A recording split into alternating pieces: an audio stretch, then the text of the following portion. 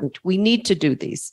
If this feedback is who gets information, how frequently do you get information, that cycle, what data is open, those are all important things, but they won't really do deep transformation when you're really trying to shift a system to do something qualitatively different, unless you do these top two things, this diseño y propósito. So in English, it's design and purpose. So for the design piece, the question is, who is at the table to have a voice to say what the education system should be designed for and how it should be designed when implemented.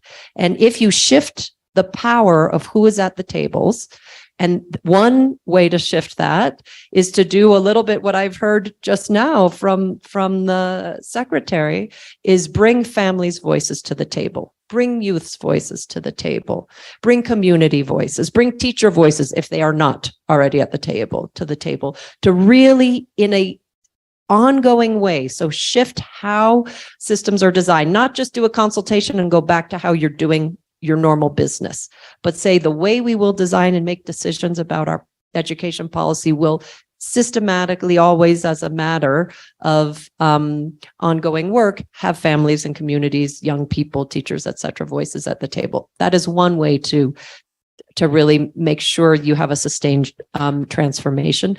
The other, and this is the top one, and it's almost maybe the most important one, is to really get on the same page about what is the purpose of your school. What are you trying to achieve with young people? Does the principal, the teachers, the students, the families, the community members, do they all agree what your goals are? And we know, and you can apply that to the purpose of a system. Does everyone agree what the goals of the education system is here in Bogota?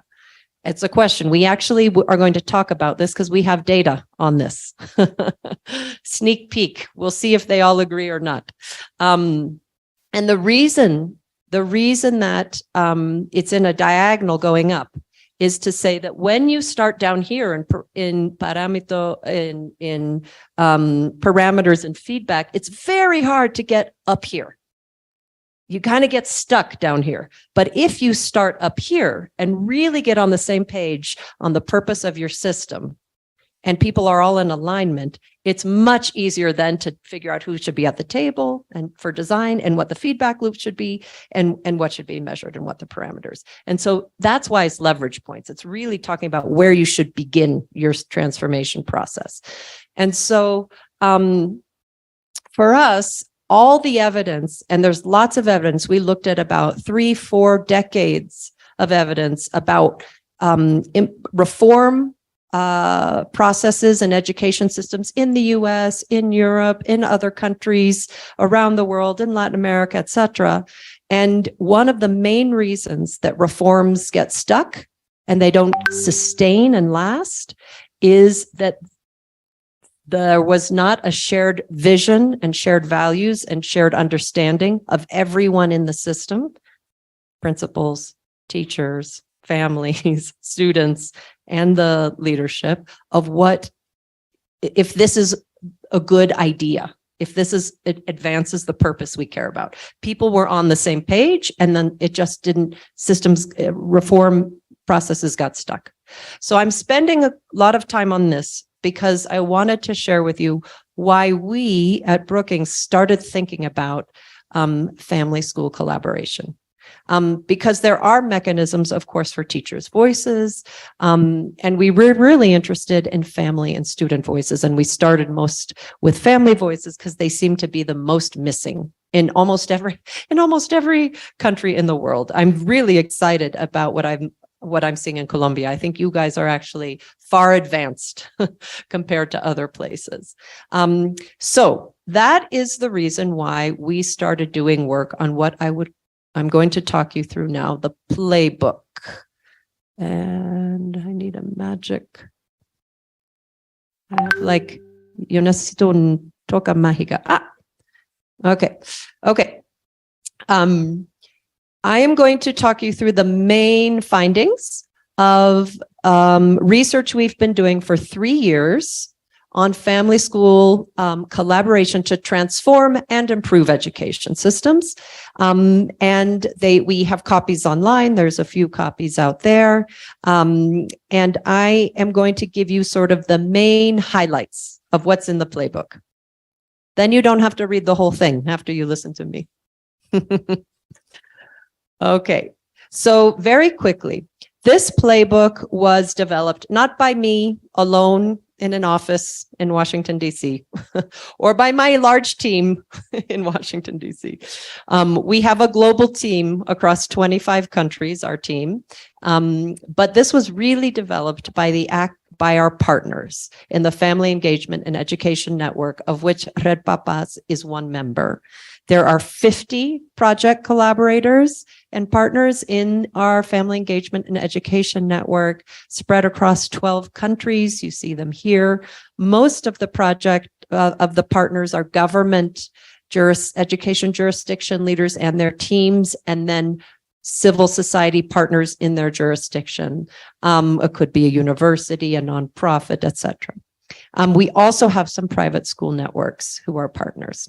So together, we did the research collectively. We were, of course, the research team partnering with people, but we really developed the playbook, findings and insights, and collected the data together. So what did we do? I'm going to be sharing with you the results of this data. This is all the different data that went into the playbook. Can you see? I talked to you about our project collaborators. We surveyed parents, almost 25,000 parents. We surveyed teachers, almost 6,000 teachers. We have just begun to survey youth and students. We did lots of interviews with decision makers. We analyzed over 500 family engagement strategies from across 65 some countries. And then, of course, we looked at all the research in academia to come up with main findings. And I'm going to give you now, so the 5 main findings. Okay. The 5 main headlines from the playbook. The first one is really, I don't have to tell any of you this, but we like to tell it to people who might be skeptical about engaging families, which is lean in, engage families, it's worth it. And the reason it's worth it is that there's lots of research to show that schools, and this was done, this is a very robust study done in the United States with very diverse schools, diverse schools, that have close family, teacher, principal relationships. Those 3, family, teacher, principal, have strong trust and close working relationships, are 10 times more likely to have students who graduate, attend school on time, who have good learning outcomes, who have good social emotional learning outcomes, many, many good outcomes, 10 times more likely. So it is really in our interest to do this. Second is to say that it's also very cost effective. This is data that has come from around the world and has shown that actually it can be relatively cost effective if done well. It's a lot of data from Latin America as well. The other big finding is to show that this idea of relational trust, we will talk about that in a minute. Relational trust is the key indicator in family school collaboration. When you have strong relational trust, and there's lots of studies to show this, between families and school and teachers in particular, students do better, a lot better, and it's even more predictive than socioeconomic status, which is hard to find. And then lastly is this idea of the shared vision, which I already talked to you about when I went over the Donella Meadows framework. So those are all the reasons why it's important and it's good. Now, of course, there's many barriers. I'm not going to spend lots of time on this because you all are working in this area. You probably have many barriers that you know. These are the three main barriers across all the countries that we looked at. One is that teachers, school principals, education secretaries, people inside the education system do not get enough training and support on how to engage families. It is not part of hardly any teacher professional development, maybe addressed a tiny little bit, but it is actually a topic, much like instruction, much like classroom management, that has a research base. There are skills, there are strategies, and it's not fair to the education personnel to expect them, oh, just go engage with families, and expect them to do it well or know what to do. It's really not fair. We need to invest in training our education personnel. The second is the legacy of structural oppression. This looks different in every country. Schools have the prejudices inside them that are outside in our societies. And we did lots of focus groups with parents around the world, and parents always said if they were from marginalized communities in their town and their village, they did not feel welcome in school. And so that is a burden for us in education to make sure that doesn't happen anymore. And then there is just less attention and less funding generally. So that is sort of why it's important and what are the barriers. So what can we do about it? For one is we can think about our strategies in a more diverse way. A lot of times, and there are lots of really great strategies that the secretary just presented, which was really impressive and exciting. A lot of times people think about strategies as bringing the parents to the school and have a meeting. We have come up with, and I won't go through every box, but this is in the playbook if you want to see it. We have come up with what we call a strategy landscape. And this is looking across the 500 different strategies we had. And what you can do, what we do with our FEEN members, our network members, is to say, take this strategy landscape and see where you are working in your school, in your community, in your jurisdiction, in your organization. Are you touching all the strategies? The levers are different types of levers, and a family or a community could pull the lever, or a teacher or a school principal could pull that lever. They go both ways. So you see the easiest one is information sharing in blue. A family could come and say, I need to tell you about my son and what's happening to the teacher. Vice versa, a teacher could reach out to a family member and say, I need to ask you some questions about your son. I'm seeing some things in school I'm worried about, etc. The main important thing is the goals in the middle. We find that people pursue strategies without understanding what is the goal they are trying to get at.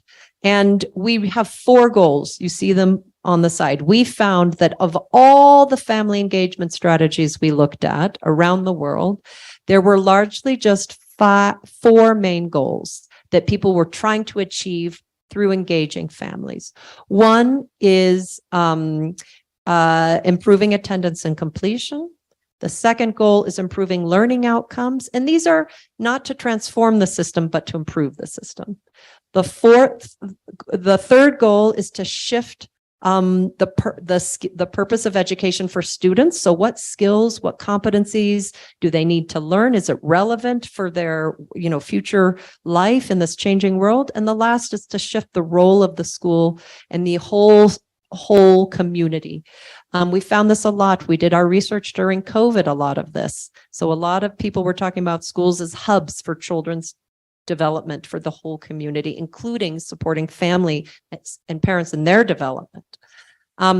So that's sort of strategies. I'm going to walk you through just a few highlights of strategies so you get interested. All of this is online in a searchable database.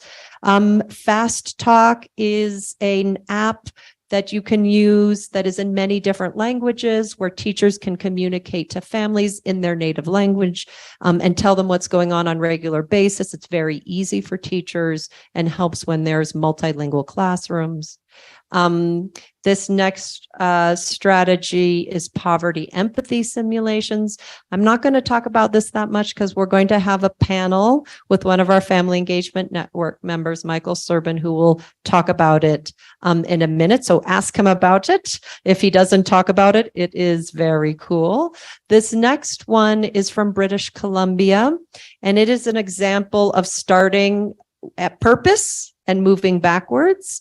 This was a whole school district, a jurisdiction with a large Indigenous population who were consistently not graduating school. They were graduating school 30% of the Indigenous community, whereas the white students were graduating at 80%, and they couldn't figure out how to change it. And at the end of the day, they had to go back and do a big year-long community-wide visioning with the Indigenous leaders and everybody coming together to say, what is our purpose? And they shifted their purpose to reflect Indigenous values.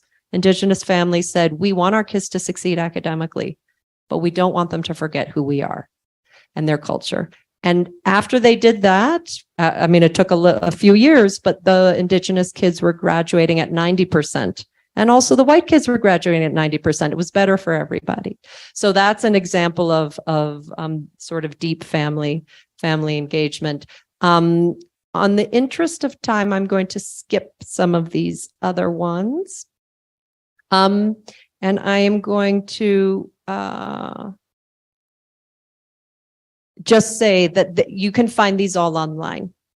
And feel free to go to our website. There's lots of information, etc. It is in English, although we have the hard copy in the PDF of all the strategies in Spanish. The third major highlight is to say it's important to think about involvement versus engagement. And when we talk about family involvement, it's on the blue side, which is more schools leading with their mouth, telling families how to get involved and the ways they can get involved, and being client serving. That is a good thing. It is not a bad thing. However, it does not lead to the 10 times more likely to have improved outcomes. The thing that leads to the big benefit of working with families is on the orange side, family engagement, which is a different approach, which is schools really going out and listening to parents and families, understanding their hopes and dreams, their worries, and then asking families and parents, how do you want to get involved? How should we work together? And co-creating a strategy. It's a real partnership strategy. That is an incredibly important thing. And we know sort of the three main things that are incredibly useful to get the good outcomes that I talked about at the beginning is when you do family school collaboration, tie it to the goals of your education system, figure out what your goal is, build on relational trust. The way to get relational trust is especially through engagement. The involvement strategy is good to you. It doesn't mean stop doing it, but don't just do it. And then think of family engagement as an ongoing approach, not a one-time sort of event. The fourth big thing, and I'm going to go over this quickly because we are also going to have a presentation of a colleague in the next panel in more detail, is that remember that purpose bubble when I said you do have to have a shared vision of the purpose of education to really help system transformation. We found in our surveys of our teachers and our surveys of our parents, including here in Columbia, and I'm not going to do the Columbia data, we'll do that later, that parents and teachers are not on the same page. So that is a problem. We asked them, we did not use these words, but we asked them to pick what is the most important purpose of school. Is it the academic purpose, to further your own education? Is it the economic purpose to get skills for work? Is it the civic purpose to be more active community and citizen members? Is it the social emotional purpose to understand yourself and develop social skills and values? And what I'm going to show you quickly is we have started doing belief maps, which is just a way to visualize and show the data. And we have different ways of we have different types of belief maps. So this first one is sort of diamond shapes. The top, the blue is socio-emotional, the orange is academic, the gray, it's sort of like north, south, east, west, the gray is economic, the yellow is civic. And what we found, these are all around the world. If everybody, we found that parents and families have very different purposes of education depending on what communities they are. So don't assume you know what families think is the most important purpose of school. It's really different. If this is, and the reason you can see this, these are across countries, is the shapes are all pointing in different directions. If they were all the same, it would be all the same purpose of education. The other thing I wanted to show you, and this is just a little snippet, is a different way of looking at belief maps. And this is from Pennsylvania, a district in Pennsylvania. And you will see that parents are blue and teachers are orange. And if they were all on the same page, their bubbles would be overlapping like this. They're mostly on the same page. Where there is space or a difference, 47 to 35, it means they have different perspectives. So here we see in Pennsylvania, parents thought the academic purpose of school, 34% thought it was important, and teachers really did not think it was that important, only 12%. And then we did something else, which is we asked parents, hey, what do you think teachers answered to this question? And then we asked teachers, what do you think parents answered to this question? And we can see, in a minute. It's very un poco complicado. Oh, yeah. ¿Ya vino? Okay. Oh, atrás? No. Oh, perdona. Okay. So we can see in Pennsylvania, the blue is what parents believe. The orange triangle is what teachers think parents believe, their perception. And we see here that they were about right. Teachers said, oh yeah, only about 30-ish% of parents think academic is important, but they were really not right on economic. They said, and this is a big gap, 24 to 45% is a big gap. It doesn't look like it there, but it is. They said, oh, most parents, 45% care about economic, but not really.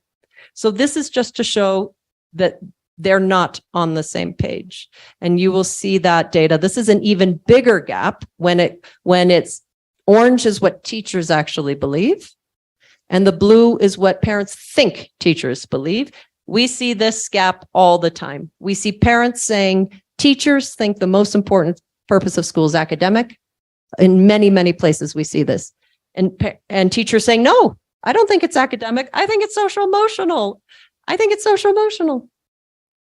That we see all the time. Of course, you have to think to yourself, the feedback loops, the conversations that teachers have with parents. Why is it that they're so off? Are probably all around academics, perhaps. So there is work to be done to get on the same page around the purpose of education. And luckily, we have tools to help you do that. This is my last point, and I will go over this and open to questions. We have what is called the Conversation Starter Tools. Red Papás, in partnership with many groups, has done these in Colombia. We are going to report on the data. If you want to know in your school or your community or your organization, are my parents, teachers, students on the same page on the purpose of education? How satisfied are they, and many other things? I only showed you one question. There's 35 questions on this tool. You can use the Conversation Starter Tool for yourself. There are there's 4 main stages, which is you capture the beliefs on the survey, you analyze and reflect, you figure out what strategies you want to use, and then you contextualize. And we have, I think I'll stop there actually. Let me see. I think I'm going to stop there for questions. Yeah. Muchas gracias, doctora Rebeca, por tu presentación. Thank you, for the presentation. Thank you very much. El público nos envió 4 preguntas. The audience has sent 4 questions to us. The first one is, in the global network experience, what can local governments do, local and national governments do in order to incentivize the participation of the family and the community? Okay. There are many strategies that we are finding parents are, governments, local governments, national governments are using to incentivize families to participate, right? And one of the main things that we found in our research is that if you go back to the blue family involvement, when governments switch and they ask principals, teachers to do family engagement, families show up.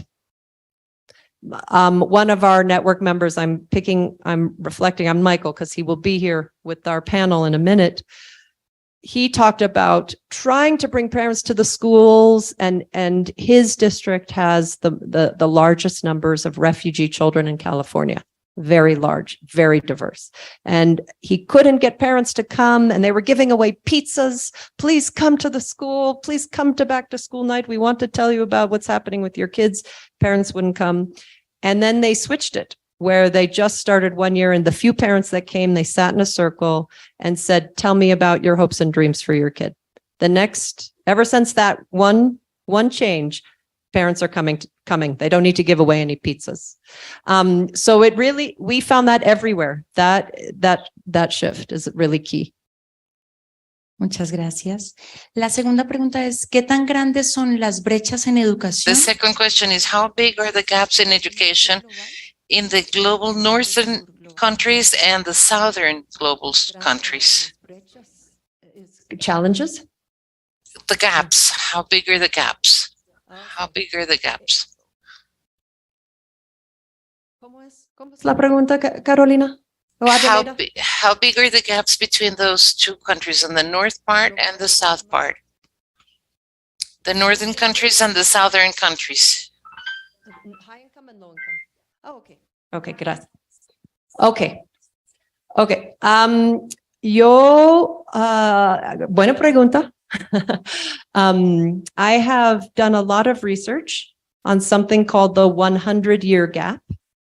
And you can find this on our Brookings website at something called Leapfrogging Inequality. It's a book and you can download it. And basically we found 2 things. One is that between low-income countries, some middle-income countries, I don't know, I can't remember where Colombia fits, but low-income countries and high-income countries, it's about, the students are about 100 years behind. So that was before COVID. So it was going to take, if you looked at all the data, it was going to take 100 years for an average student, a student who is doing okay, average in a low-income country, to reach the learning levels of an average student in a high-income country. Huge gaps. We also found inside many countries, there's 100-year gaps.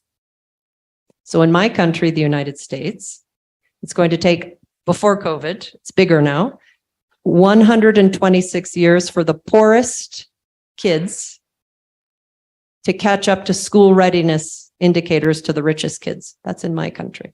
So 100 years is, we call 100-year gap. Sometimes it's a little more, sometimes it's a little less. So education inequality is huge between countries and also within.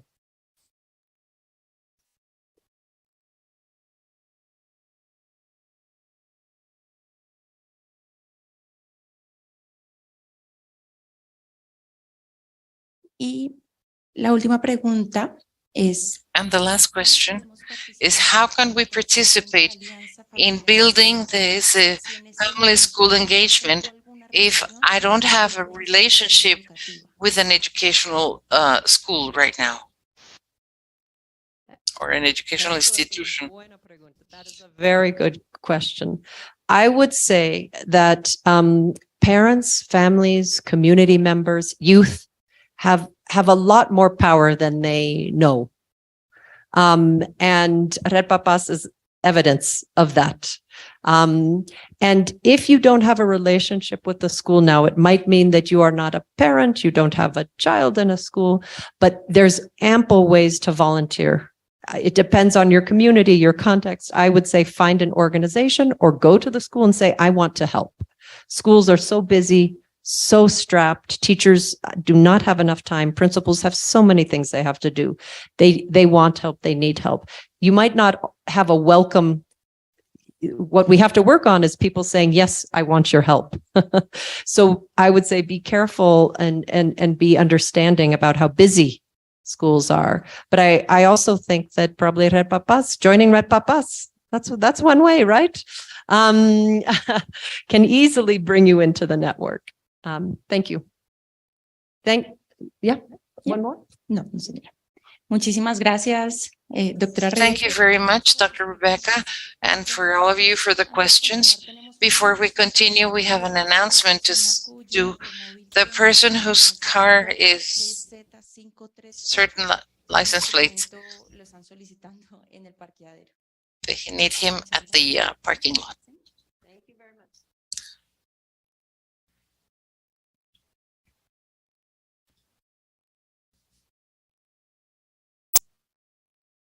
El liderazgo internacional del Centro para la Educación Universal del Instituto International leadership of this center of the Brooklyn Institution has been very important to strengthen the communication between family, school, and community, improve communication and gap closing.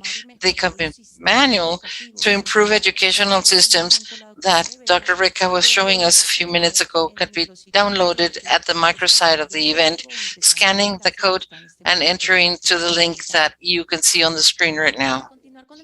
To continue with the strengthening of Family Alliance at the school, you have to put it in the public agenda as a transforming axis of transformation and children well-being. In order to talk about this, we will begin with our first discussion panel.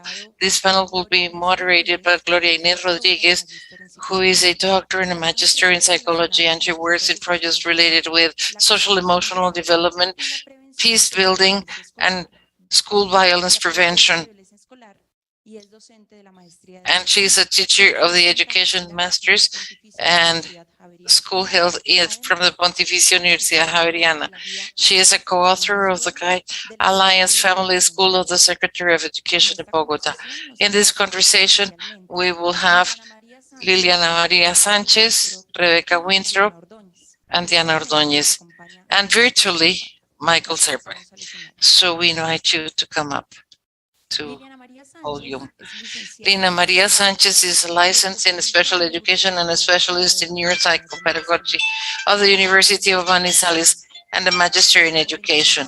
She has 25 years of experience as a teacher of children and adolescents with and without cognitive disability and with barriers in learning and participation. Right now, she works as a quality director for preschool, basic preschool education and middle school education. Rebecca Winthrop, who is here. Directora del Centro para la Educación Universal del Instituto Brookings. Diana Ordóñez es líder de desarrollo socioemocional y bienestar en Alianza Educativa, psicóloga y magíster en educación con experiencia en protección de derechos, desarrollo socioemocional, bienestar estudiantil en colegios y universidades, gestión de convivencia escolar y atención integral desde promoción del bienestar y salud, así como prevención, atención y seguimiento de riesgos psicosociales como consumo de sustancias psicoactivas, embarazo adolescente, conducta suicida, dificultades emocionales, entre otros. Michael Serban ha sido profesor durante 24 años, rector y ahora es director del programa Compromiso Familiar y Comunitario del Sindicato del Distrito Escolar de Cajon Valley, California, Estados Unidos. Este programa ganó el premio Magna de la Asociación Nacional de Consejos Escolares en 2020. Con el apoyo del Instituto Brookings, trabaja para la implementación de un modelo efectivo de compromiso familiar y comunitario para transformar la educación. Recuerden que si tienen preguntas durante los paneles, pueden formularlas a través del número de WhatsApp que aparecerá. Remember, if you have any questions during the panels, you can formulate them during the panel, and we will ask them out loud. So we will begin now. Thank you very much. Gracias. Bueno, muy buenos días. Well, good morning, everyone. Encantada, pues, I de am very acompañarlos pleased en este to espacio. accompany you in Muchas this gracias a, session. los Thanks a panelistas y lot a to our Michael, que está panelists desde and to la Michael, distancia. who's Vamos at a comenzar porque hoy distance día la persona remotely. que And we will normalmente begin está now.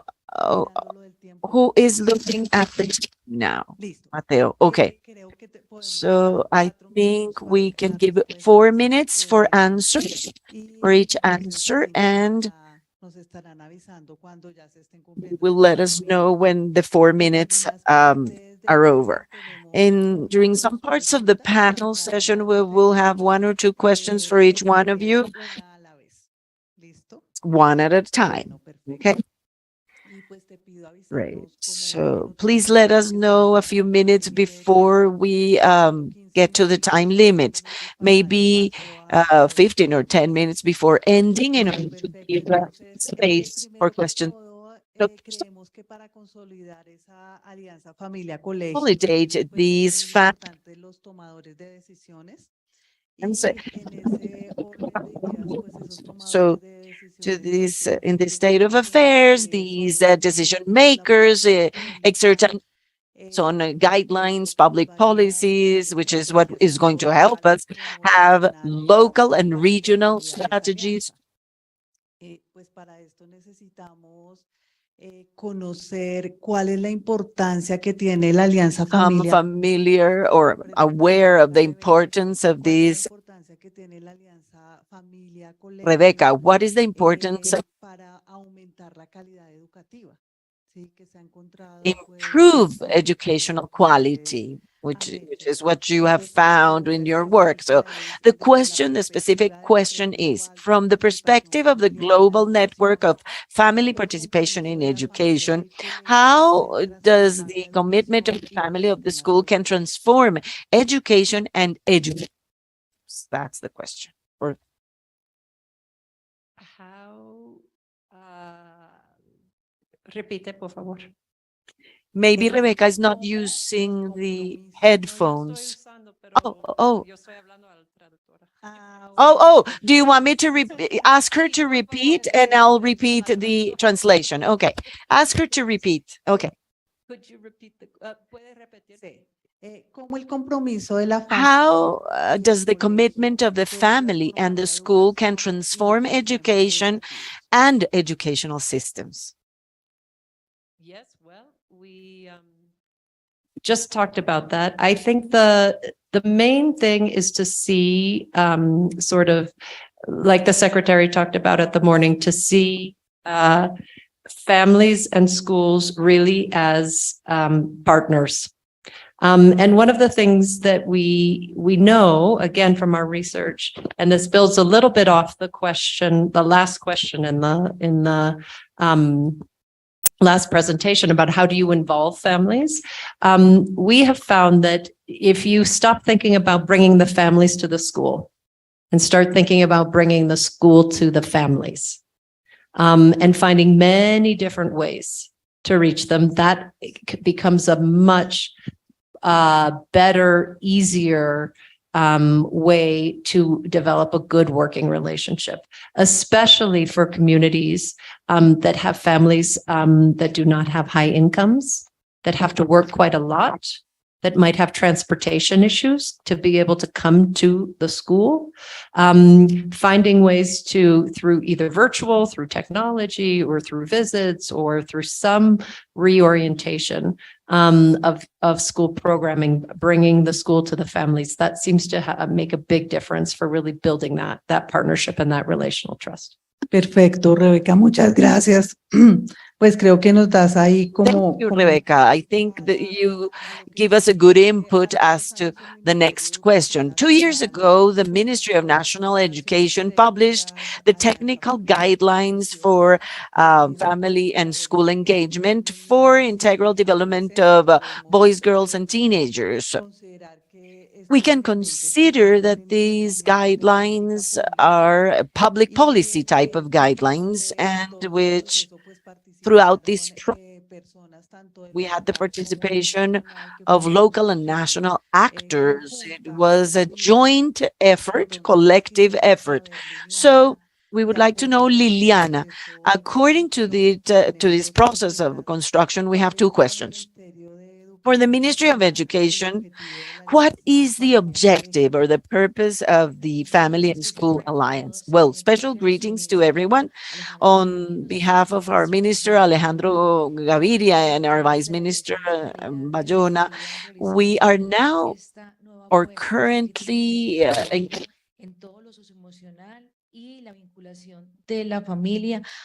aspects and involving families in the educational process. One of the strategies that the new Vice Minister has outlined is very related to what Rebecca was mentioning, and it's about strengthening trust or confidence of families in the territories.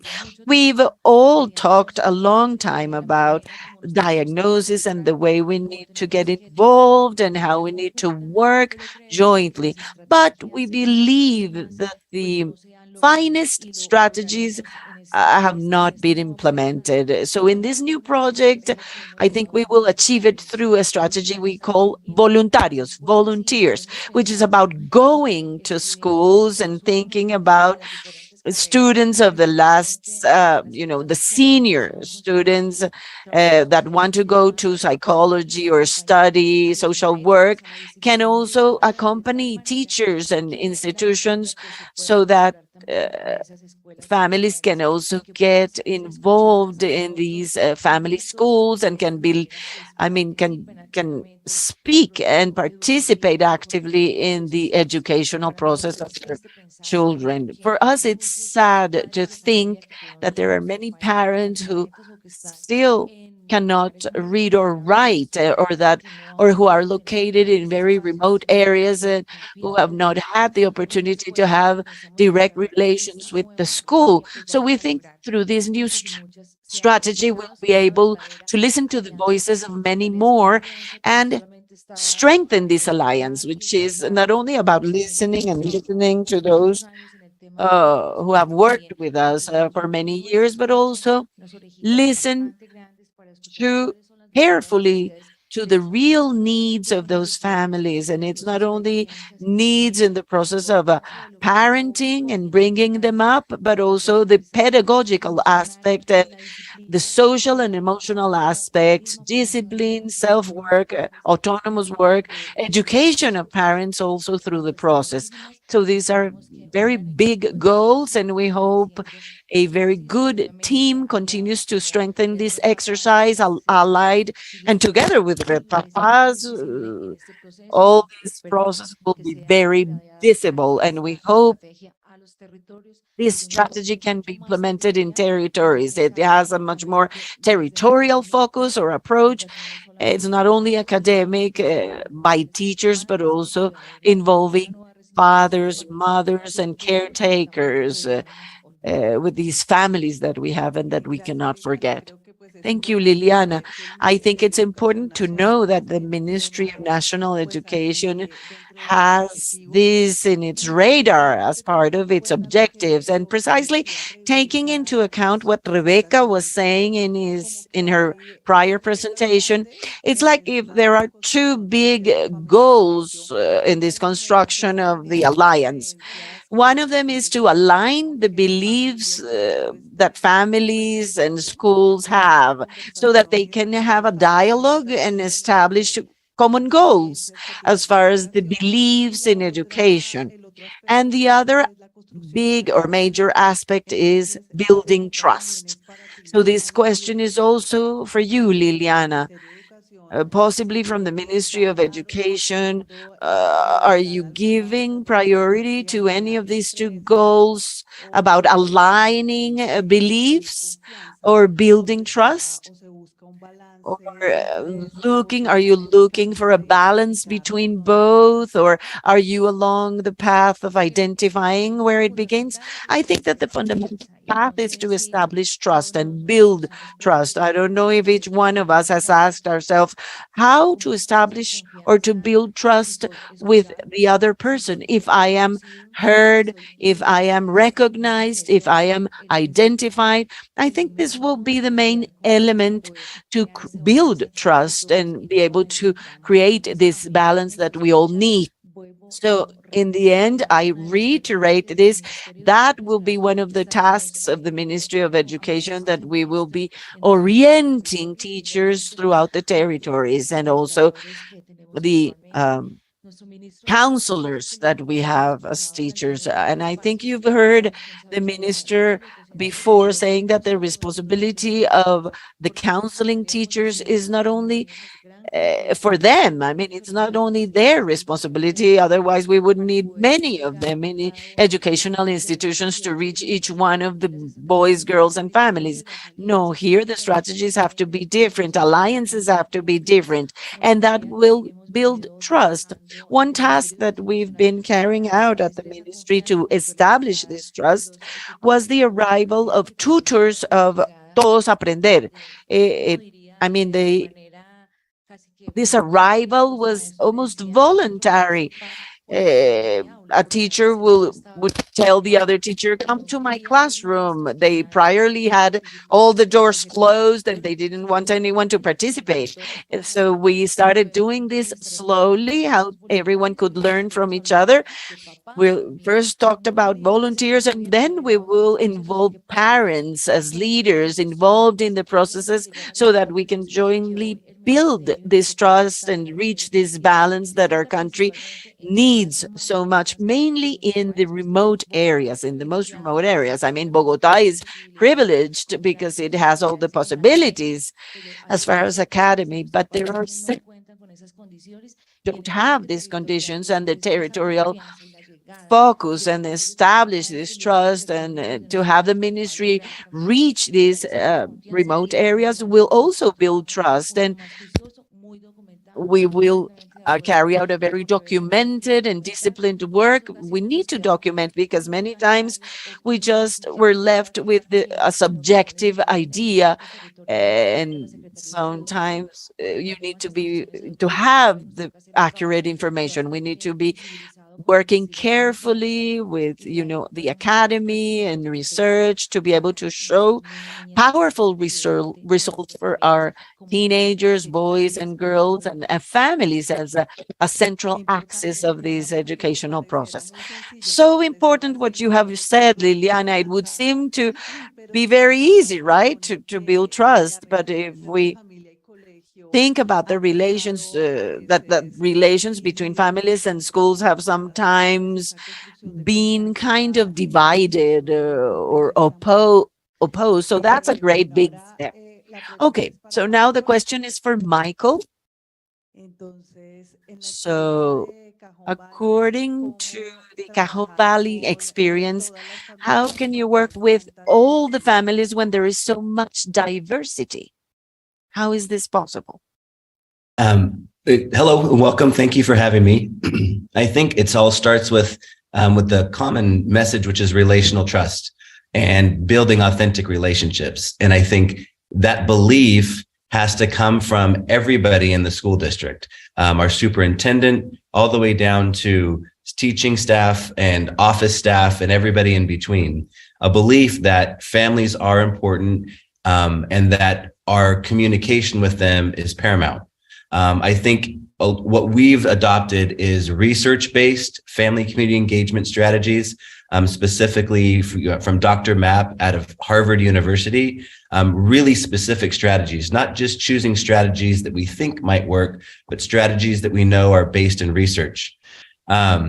One piece of that information too is when I heard how do we build the bridges between families that are in different territories and far apart. Being in El Cajon specifically, we have families from around the world, many refugees, one of the largest refugee populations from Iraq, Syria, and Afghanistan. And the way we built those bridges is by hiring community liaisons who were refugees themselves. And those liaisons were our bridge builders. one of the misconceptions that happens is those liaisons are only interpreter translators. And it took many years for our families to, or for our teachers and staff to understand that these are relationship builders. Their number one priority is to help bridge those gaps. Now, they're not the only one doing the relationships. They start the relationship. They bring the parent to the school because of the trust they already have as a member of the community, and then hand off, in a sense, to a staff member and say, hey, this is your teacher, this is your principal. And then it's up to the teacher and the principal to further that relationship. But their belief in that is key. One of the findings we found was that a lot of times we would hire a community liaison and the principal or teacher would say, go do family community engagement in the community. And that's not how it works. Every single person has to be a part of that belief that families need to be a part of the engagement with the school, not to the parents. And then a big piece of that is staff. In order to have that change, that mind shift happen, it's through the professional development that Rebecca was speaking of. And that's one of the things that we really work hard on, is training our staff and principals around what is family community engagement. This is something that's been around for a long time, but not talked about much. As far as the research behind it and how we can actually use professional development strategies. Like Rebecca was alluding to, we have an kind of an empathy simulation that we take our teachers through to help understand what our families are going through in a 2-hour simulation. In that simulation, we have parents as a part of that simulation, as well as our community liaisons with teachers who experience a kind of a 2-week simulation of what it might be like to be living as some of our families have to live. Our teachers there's a debrief at the end of this experience where parents, community liaisons, and teachers are all in the same room together saying, now that you understand a little bit about what our experience is, what's one thing we can do different as a community, teachers, parents, administrators, to differently for our students. And some of it is as simply as how they're greeted when they come into the classroom. As opposed to saying, why are you late? We say, I'm so glad you're here today. Honoring the fact that the parent might have gone through so much, or the child might have gone through so much in order to get them there. It's not that the matter that they're there on time, it's that they're there. So there's a few ideas.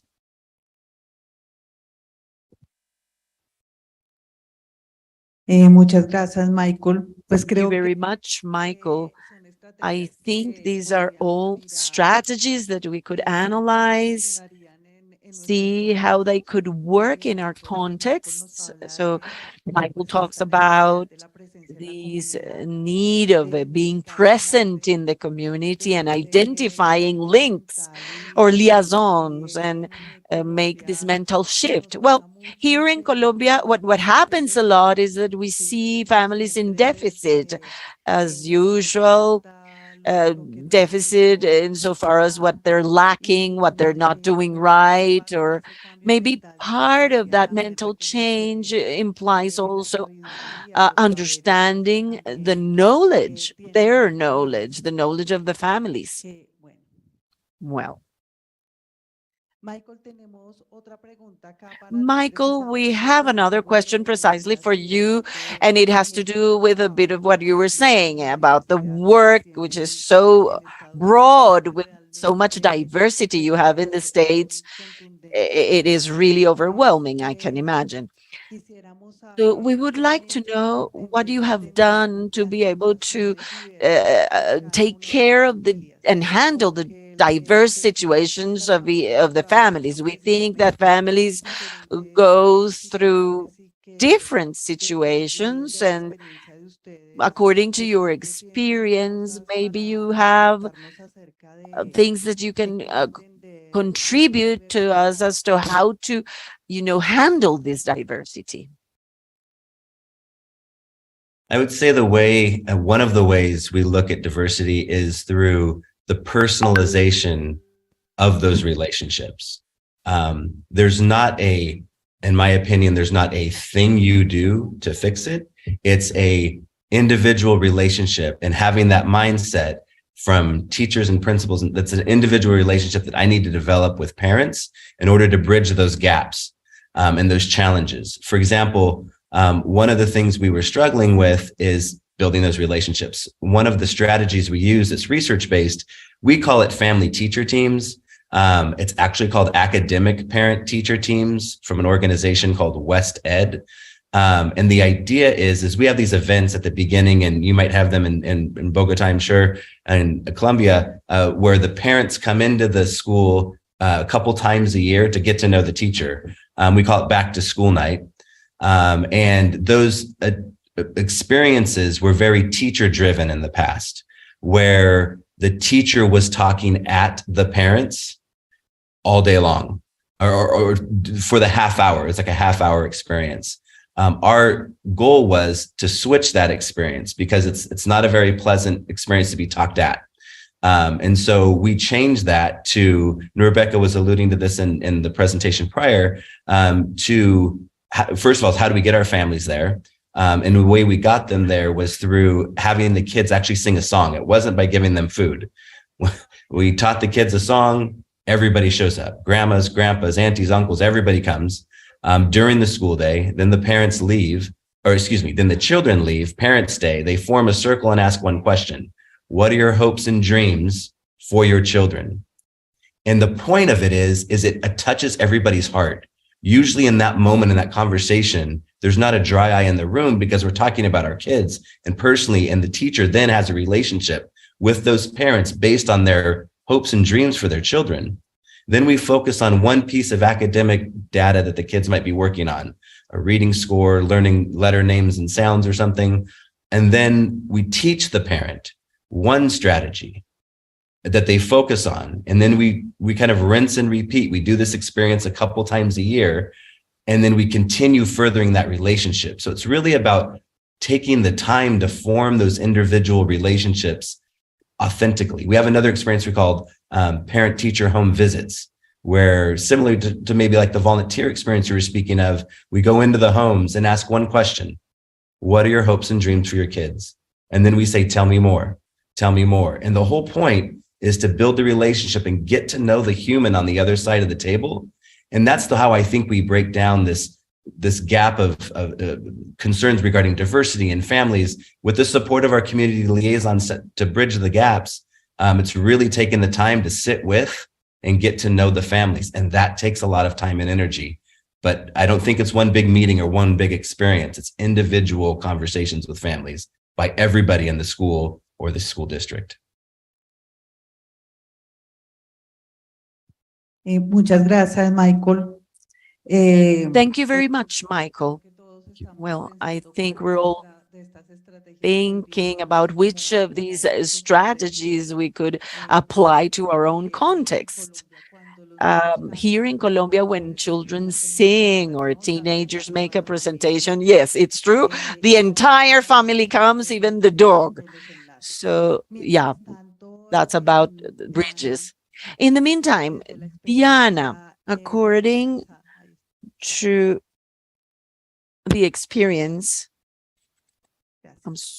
okay. Okay. Well, we know that the educational alliance has as a goal this relation with families. So we would like to know from the experience of the alliance, how do you build that trust? It's important. And just in case everyone doesn't know, we need to clarify that Alliance has 11 schools here in Bogota in different sectors around the city. Almost all of them are vulnerable sectors, low income. So there we have three questions. How do you build that trust? First of all, that's the first one. Okay, good morning, everyone, and thank you very much for recognizing us and acknowledging us. For us, it's very important to participate and share the experiences of the work we have on this topic. For us, it's fundamental, and one of our beliefs in the model of educational alliance culture, the belief that we don't enroll students, but rather families. That to us means that we attract families, appeal families, and we seek to have them commit explicitly towards the emotional and social development of their children. So in that sense, this joint work with families is very important. And although each school is located in a particular sector with particular characteristics and a particular community, we've realized throughout the work we've carried out with schools and families specifically, that the elements that have worked for us and have helped us build this trust with the families is, first of all, by opening or contributing specific spaces, giving them spaces so that families can get to know the processes, speak their own voices, hear, that way they can commit to this joint construction for the benefit of their children. Second, for us, it's very important for them to see not only this transformation of high quality, but we also want them to see that we are worried about the well-being of their kids, and that needs to be seen in specific spaces. So for us, it's very important to establish a warm, close dialogue, respectful dialogue with the families where we can listen to them, receive their ideas, and based on this, be able to build and present to them our proposals and ideas. For us, it's also important to be able to build together in each process so that they feel they are co-responsible in the education of their children. In that sense, they see us as partners, and they understand that we're here to articulate together these education. One of the fundamental strategies we have at Alianza Educativa is not only that we receive families, but we also work for the transformation of the lives of these families. So it's not only about the educational footprint, but something that transcends with time. We work a lot on the life projects of students that will change the life of these students and these communities. Thank you, Diana. So in this order of ideas, trying to give this space of participation to families and this warm welcome from the beginning, what are then the communication and participation channels that you use? What spaces have you defined? Well, surely most of the schools which participate in the network, the basic fundamental spaces that need to be established for communication and reasoning with families are, for example, those moments where you give out the report cards, attention to parents, the parents' council, constant communication in a written way, whether digitally or in print. It also has to do with the face-to-face participation. And in terms of this face-to-face participation, we need to highlight two basic spaces which have allowed us to establish a more trustful relationship. And it's not only about academy, it's also about the social and emotional development. So in that sense, we have two spaces. First of all, a space that we share with all schools, which is the school families or family schools. It's a space where we give them information and where we want and have the intention to develop social and emotional skills for parents and then in families, so that in turn, this allows them to get more involved and more committed to the social development of their children. We do 3 to 4 family schools during the year, and we identify the specific needs that they have for the well-being of their children. And finally, we have some activities also that we begin to develop in a more exhaustive way during the pandemics. These are elements that we still continue working today, which are how can we do social emotional development in the family. So in our beliefs is that we only prepare students, but we're also educating the families. And part of that is the activities that we carry out in order to develop these competences in the parents so that they will commit it with the education of their children. So maybe you have similar participation spaces similar to those of other schools, especially in Bogota and probably in other parts of the country, but that are focused towards social emotional development of parents and social emotional development in the family. And that approach makes them look for common goals in this engagement. Okay.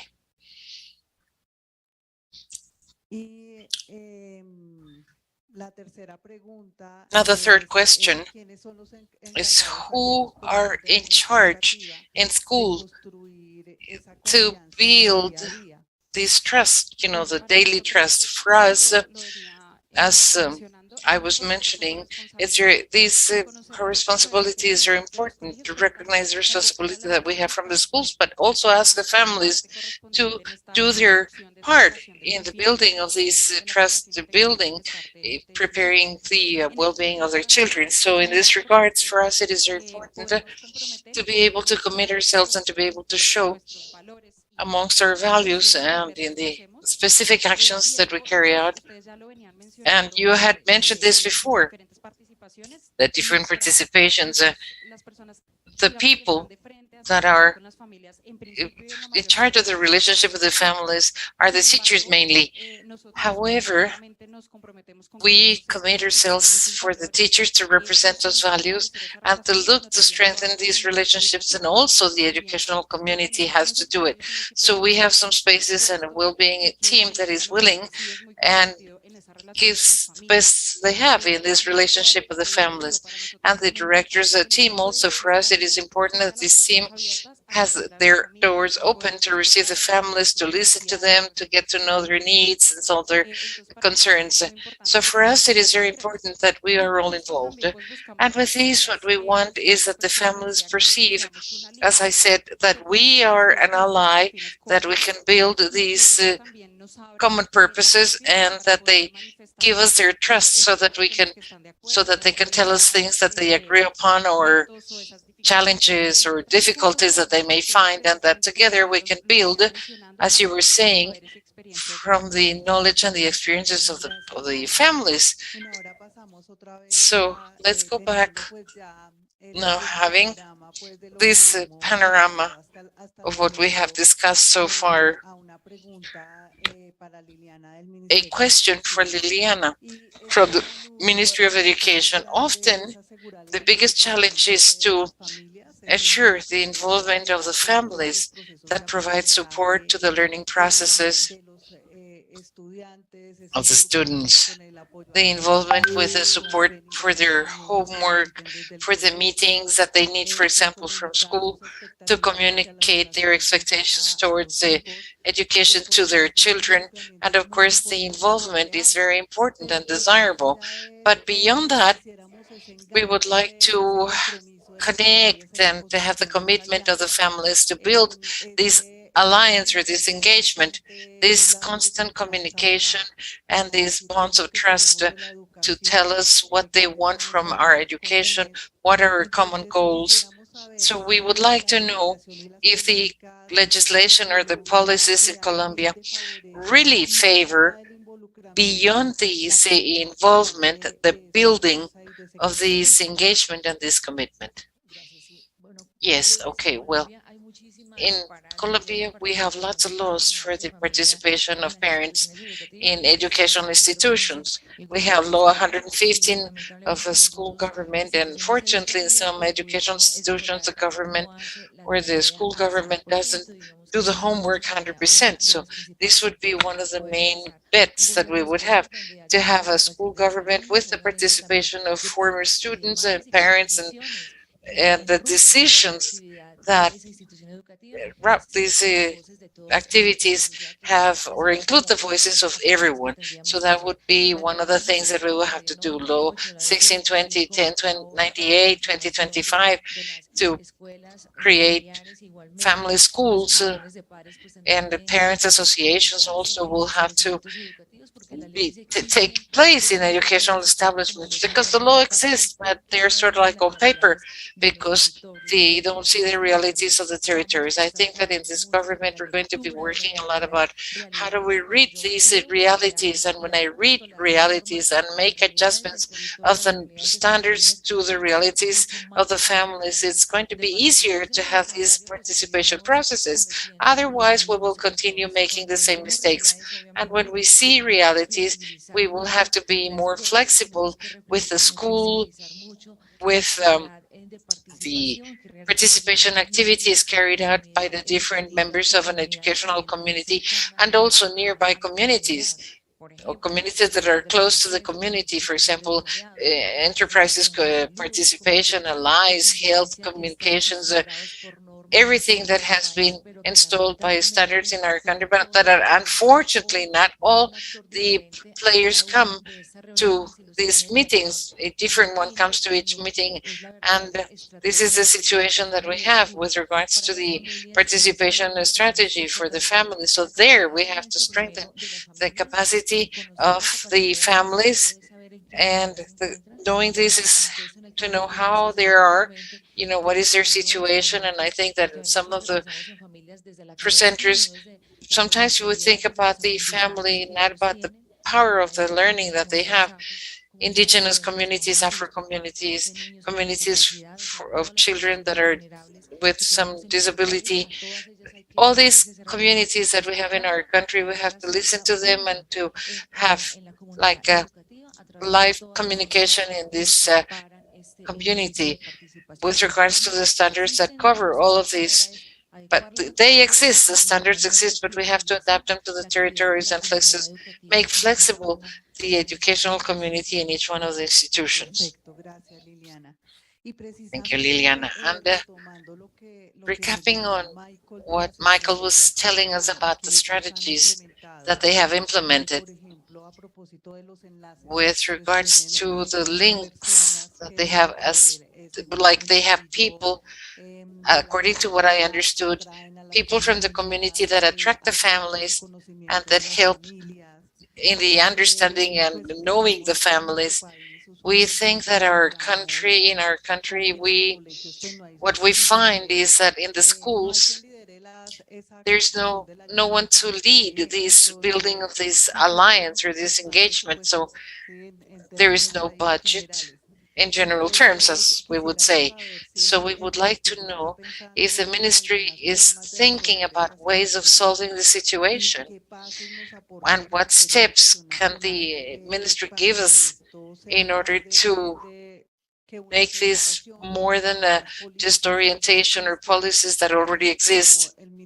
Sort of like the ministry can provide support or is willing to give in order to be able to have the resources to have this alliance or to build this alliance. I think that we are in a very important process right now, which is the building of the new development plan, where we're going to have territorial tables, where we're not going to call the different states, but young men or young boys and girls. This is a very important part for the participation of adolescents and parents that are going to help us build all of this exercise of the new development plan. And if it's visible, we can see this, the development plan. Those working in the public sector, we know that if we don't have a development plan, we won't have a budget. So we have to prepare that so that everybody will participate and that the voice of the parents and the allies that work with the families are present there and can build new strategies and new coaching. Another is inviting or this invitation has been a word. They always tell us that there is no money, they cannot do anything. So there is human resource in the territories, but sometimes that human resource is not organized.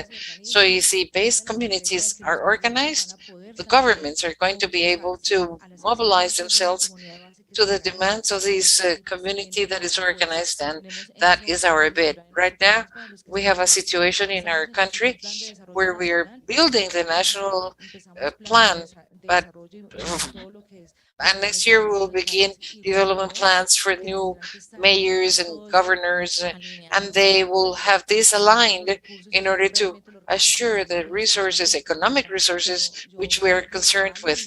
But I always say, I was telling Carolina that in Red Papas and having alliances like you, lots of alliances in the country, making visible this important exercise carried out by the family and other actors of the community in the educational process is going to guarantee transformations. And in addition to these, think that education is not only the one happens in the institutions, in educational institutions, but we have to go beyond to open up a school and open those classrooms. And this is where people like the Vice Minister is going to allow that the Academy will participate directly in that connection and in that orientation. And we're going to also reduce cost, economic cost, because we have last semester students, they have to be prepared for the true reality. That is another discussion that we've had. Sometimes we graduate from the university and we face the reality, which is totally different. And being there to participate, with community doctors, social workers, those are people that should be also participating in schools. And the lawyers even should be there learning about the reality and strengthening new links, new alliances, and a new process of transformation. And this is what this new government is looking for. We hope we can achieve this with everybody's help. And I think we're going to do well if we participate and if we raise our voices in order to build development plans and government plans that will assure compliance of the mission of the educational process of our children and adolescents, which are not only the future, but the present of our country, for new social transformations and for the true justice that we are looking for. Well, good luck with that development plan. We have 3 questions to close this part so that we can leave room for more questions from the participants. So we have 3 questions that encompass the important aspects of the alliance. One is for Rebecca. Do you consider that it is possible this connection or this commitment of the families and the schools from early childhood? And how can we keep it with these parents and mothers of adolescents?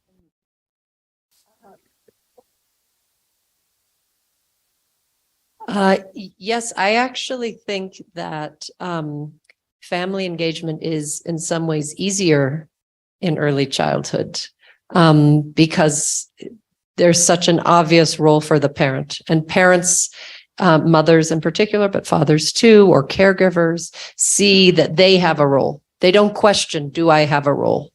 They know they have a role. They're little. They're sort of their first teacher. Parents are their child's first and longest teacher.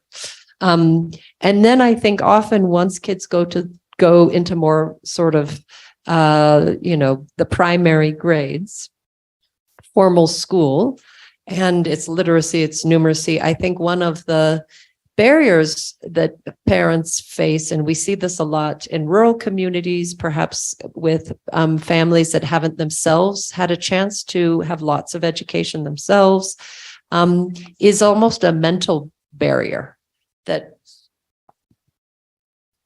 did you hear that? Oh, is almost a mental barrier that they don't see themselves as having a role in their child's education. Mm-hmm.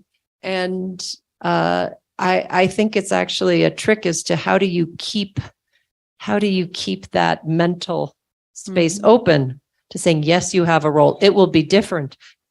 Family engagement is not letting teachers and schools off the hook. teachers and schools and principals and the education ministry has to deliver quality education. We're not saying parents should, teach their kids to read and et cetera. We're saying they should be supporters and they have a role, and that they can work together with their children's teacher and school to figure out what is that role. Michael talked about something that they do in their schools where they teach one thing a parent can do on let's say reading or math, one strategy that they can do, and then the parents go back and they practice it and they support it, and then 2-3 months later they come back, do this circle time, and they teach another strategy. So I actually think that we in the formal education system should look more to the early childhood space on the innovations that is happening with communities and families, on how they're engaging them. There's some great partners in our family engagement network who are doing that have inspired a lot of the strategies we have looked at. Perfecto. Esto nos habla de un trabajo como continuo, de unas estrategias You're muy bien. talking about a continuous work, about strategies that are well identified and that they need to be persistent. Una pregunta, la última pregunta, Last question del panel para from the Michael. panelists for Michael. Michael, A partir de la experiencia from de Cajon Valley, the experience of Cajon Valley, which is a point of reference, could it become like a public policy? Could you tell us, Michael, what was the process and the lessons learned that in a context like the one we have in Colombia, we could take into account?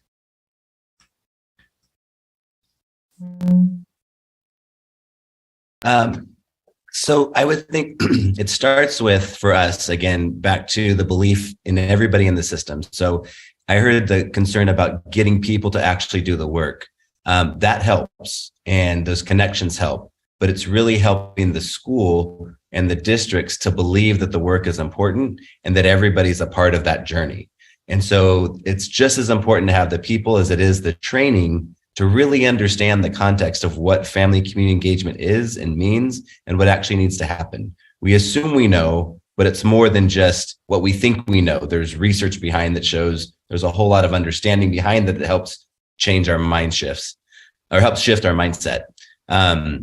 For us, particularly, we started because we had an influx of families from the Middle East, and we petitioned our government for additional funds to be able to support those particular families.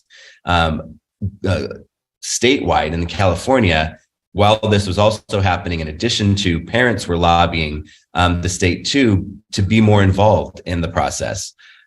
Since then, we've been working as a state. One of the ways to help schools is to, and districts in your community, is to be able to form networks, is what we've started to do, networks to be able to push our thinking around family community engagement, because change is hard. And the reality is once you start the change process, you might have a training, you need those people around you to continue to push your thinking and to push once things settle back into what might feel normal.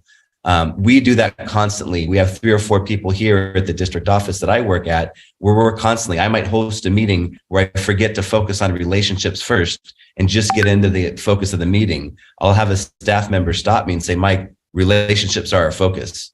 And so having that check and balance, I think, is really important from teachers, principals, staff, to be able to make sure that the change that we're trying to make, the training that you start to provide to professionals and to teachers and staff really sinks in and takes hold. And then I think, just being a part of, the global, the work that Red Papas is doing, those organizations are really, voices for our families, and taking the initiative to also, this is one of the other things I would say, if you could get into the universities and the teaching program, we're working with our local universities to train our teachers that are coming to us around family engagement before they even set foot on campus. When they're doing their student teaching in the university, we go in and talk to them all about family engagement. We have panels with family members where families are talking to the students. who might think they understand what the families need, but when they hear it from the families before they're even on a campus, it really sends a message about the importance of family community engagement. Muchas gracias, Michael. Bueno, tenemos tiempo creo que para 2 preguntas para Diana. Thank you, Michael. We have time for 2 more questions for Diana. A question from the participant. Could you share the experience of a school or in a school, the time it took or the time it takes to perceive an alliance or an engagement? How long it took in order to be able to perceive an engagement in the school? Could you share an experience of any of the schools? An experience of a specific school and how long it took to perceive or to see that the families were being received in a different way, so that you could see that it was really an engagement that the families would realize about this. Well, we have 2 different groups of schools in our 11 schools. 5 of them have been operating for 21 years, and 6 that are new schools that we received, 2 of them in 2019 and 4 of them in 2020. So the trajectory of these schools is different. So in this regards, we see schools that have been more time with some activities and progress, where building community was a challenge. But we also have families that are quite involved. And of these good practices of those old schools, we were trying to see which ones worked, but also innovate in the new schools.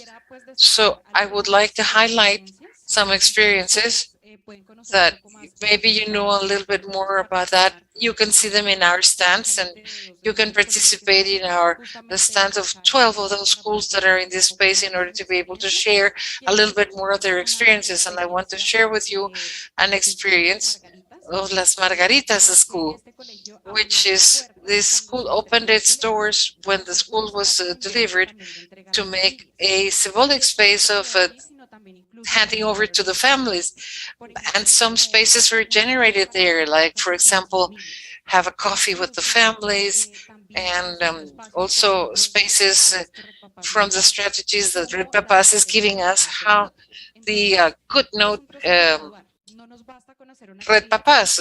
It's not knowing an activity, but we need to acknowledge or recognize those skills and the strategies of experts like Red Papas and build our own based on the needs and the characteristics of the families. And the other experience that I can share with you is at the school Siachendul, which is a school that has been with us less time, but it's also participating in the stands. And there we have a very specific community, peculiar community with several challenges and with a diversity that is very rich. But it brings us a lot of challenges of how do we acknowledge and promote and value that diversity. One of the experiences that I want to share with you here, but that you can see at the stands, is those spaces they have made of work, from their ancestors with our community, the Afro community. And these are spaces that acknowledge these irregularities of the community and that collect all the knowledge, the experiences, and the needs they have. And from the school, we see how we can contribute, but how we can enrich ourselves also from that knowledge and experience and those stories that these families bring to us. So this is part of the educational process of our students, because it's a vision of the diversity of the community, and that allows us to strengthen these competences, social emotional competences, in a component that is more like oriented to relationship with others. Now, to close our panel, the last question for Rebecca. In countries like Colombia, where we have big financial problems, groups of students that are old, or large groups of students, like 40 students in one classroom. So what is the first step to work with a family in this alliance or engagement? It's a good question, and it's not, I want to recognize it's not easy. There's not a abundance of financial resources. The secretary's already said. However, it really does not take any new financial resources to shift teachers and school principals' mindsets about the values of engaging parents. Remember the chart, the blue was involvement, the orange was engagement, in the ways that is true engagement. And I do think that actually if the financial resources were a good investment would be for the ministry to invest in doing that training, because once you shift that mindset, and we see it in all our partners, Michael and his district will never go back to the way they were doing it.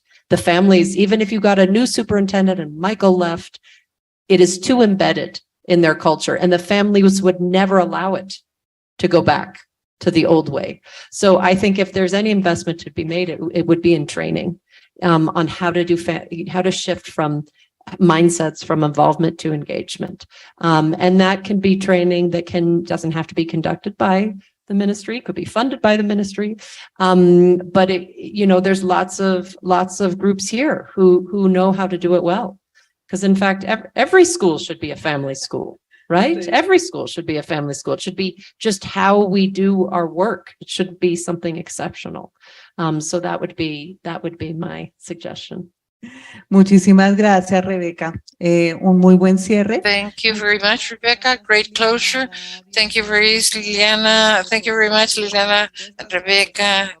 Thank you to Red Papas for this very important space, and we invite you to continue with our journey.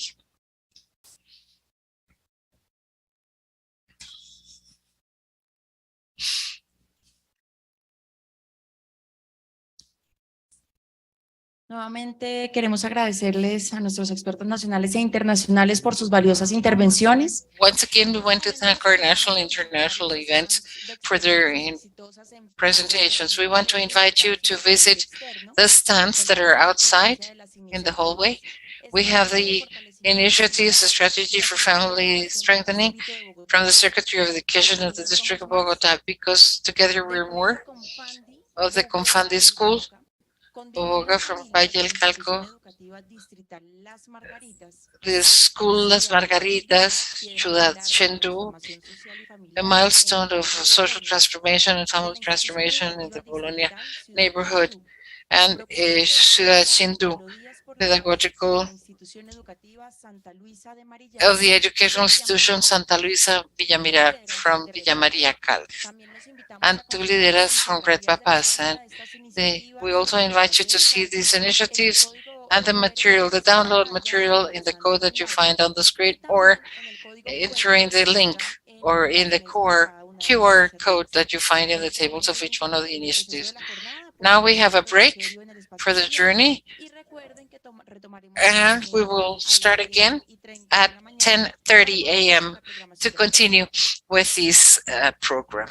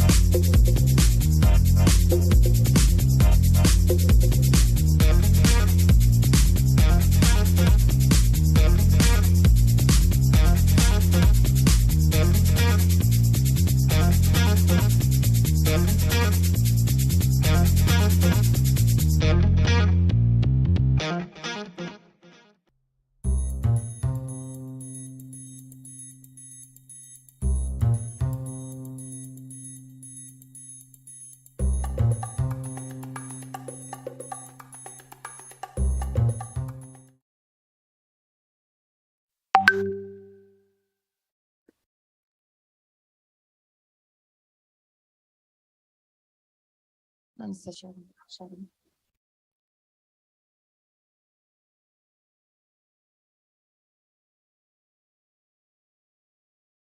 No.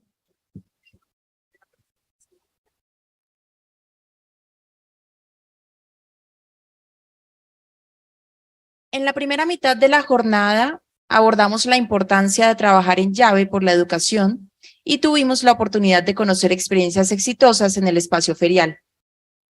Abordar la Alianza Familia Colegio implica un trabajo conjunto entre múltiples actores, así como tener espacios de conversación sobre sus intereses y propósitos.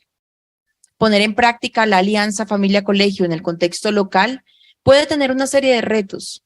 Para conversar de ello, nos acompaña Emily Morris, quien se conecta virtualmente, y Adelaida Gómez de manera presencial, con la ponencia titulada Facilitando la conversación entre familia y colegio, resultados de nuestra investigación.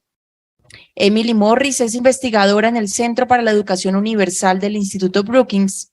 Ella coordina las acciones de participación familiar en los esfuerzos educativos y lidera la investigación sobre cómo aprovechar las alianzas entre familia, escuela y comunidad para transformar la educación y los sistemas educativos. Adelaida Gómez es médico especialista en medicina funcional y terapia neural. Es experta en lactancia materna. Actualmente es candidata a magíster en salud pública y en Red Papás se desempeña como gestora regional y coordinadora del proyecto Alianza Familia Colegio. Al finalizar la ponencia tendremos un espacio para preguntas del público, por lo que los invitamos a enviarnos sus preguntas a través de la línea de WhatsApp que aparece en pantalla. Emily y Adelaida, es un placer contar con su participación. Tienen la palabra. Muchas gracias por la invitación. Buenos días para todos. Muchísimas gracias, Emily. Qué placer tenerte aquí con nosotros. Podemos poner la presentación.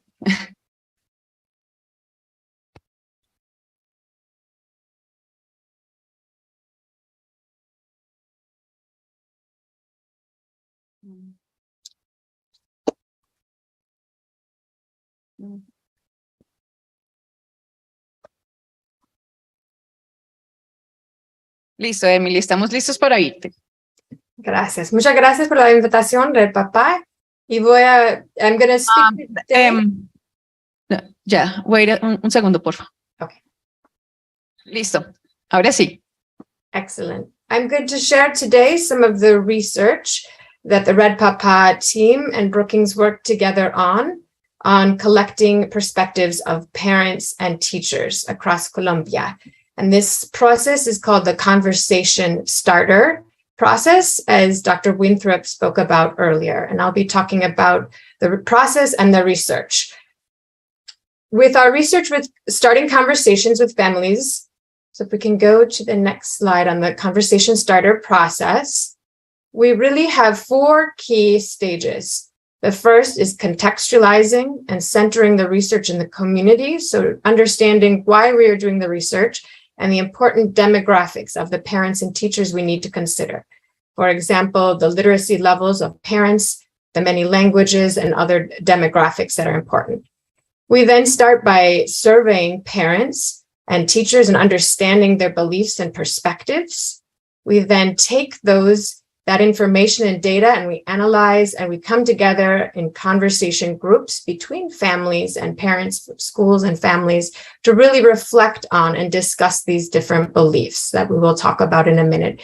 And finally, we use this information, these conversations and this evidence to really develop and enact strategies to help think about how to improve family, school, and community engagement in schools and across schools. To the next slide, the 3 important key groups that we work with in this research are parents. That includes caregivers and others that are responsible in the families for taking care of children, educators, teachers, and school leaders, principals, and in some countries, in some cases, also youth are included in the research. And in the case of Colombia, we really looked at parents and caregivers, as well as teachers' viewpoints and perspectives on education. To the next slide, one of the important questions that we're covering and asking is really the purpose of education. And as Dr. Winthrop spoke about, there are four key purposes: the academic learning purpose, or to further education; the economic purpose, or to develop work skills; the civic purpose, to be active community members and citizens; and the socio-emotional purpose, to understand oneself and to develop social skills or values. Teachers and parents also have the opportunity to give their own purpose if one of these four purposes does not fit their main purpose on education.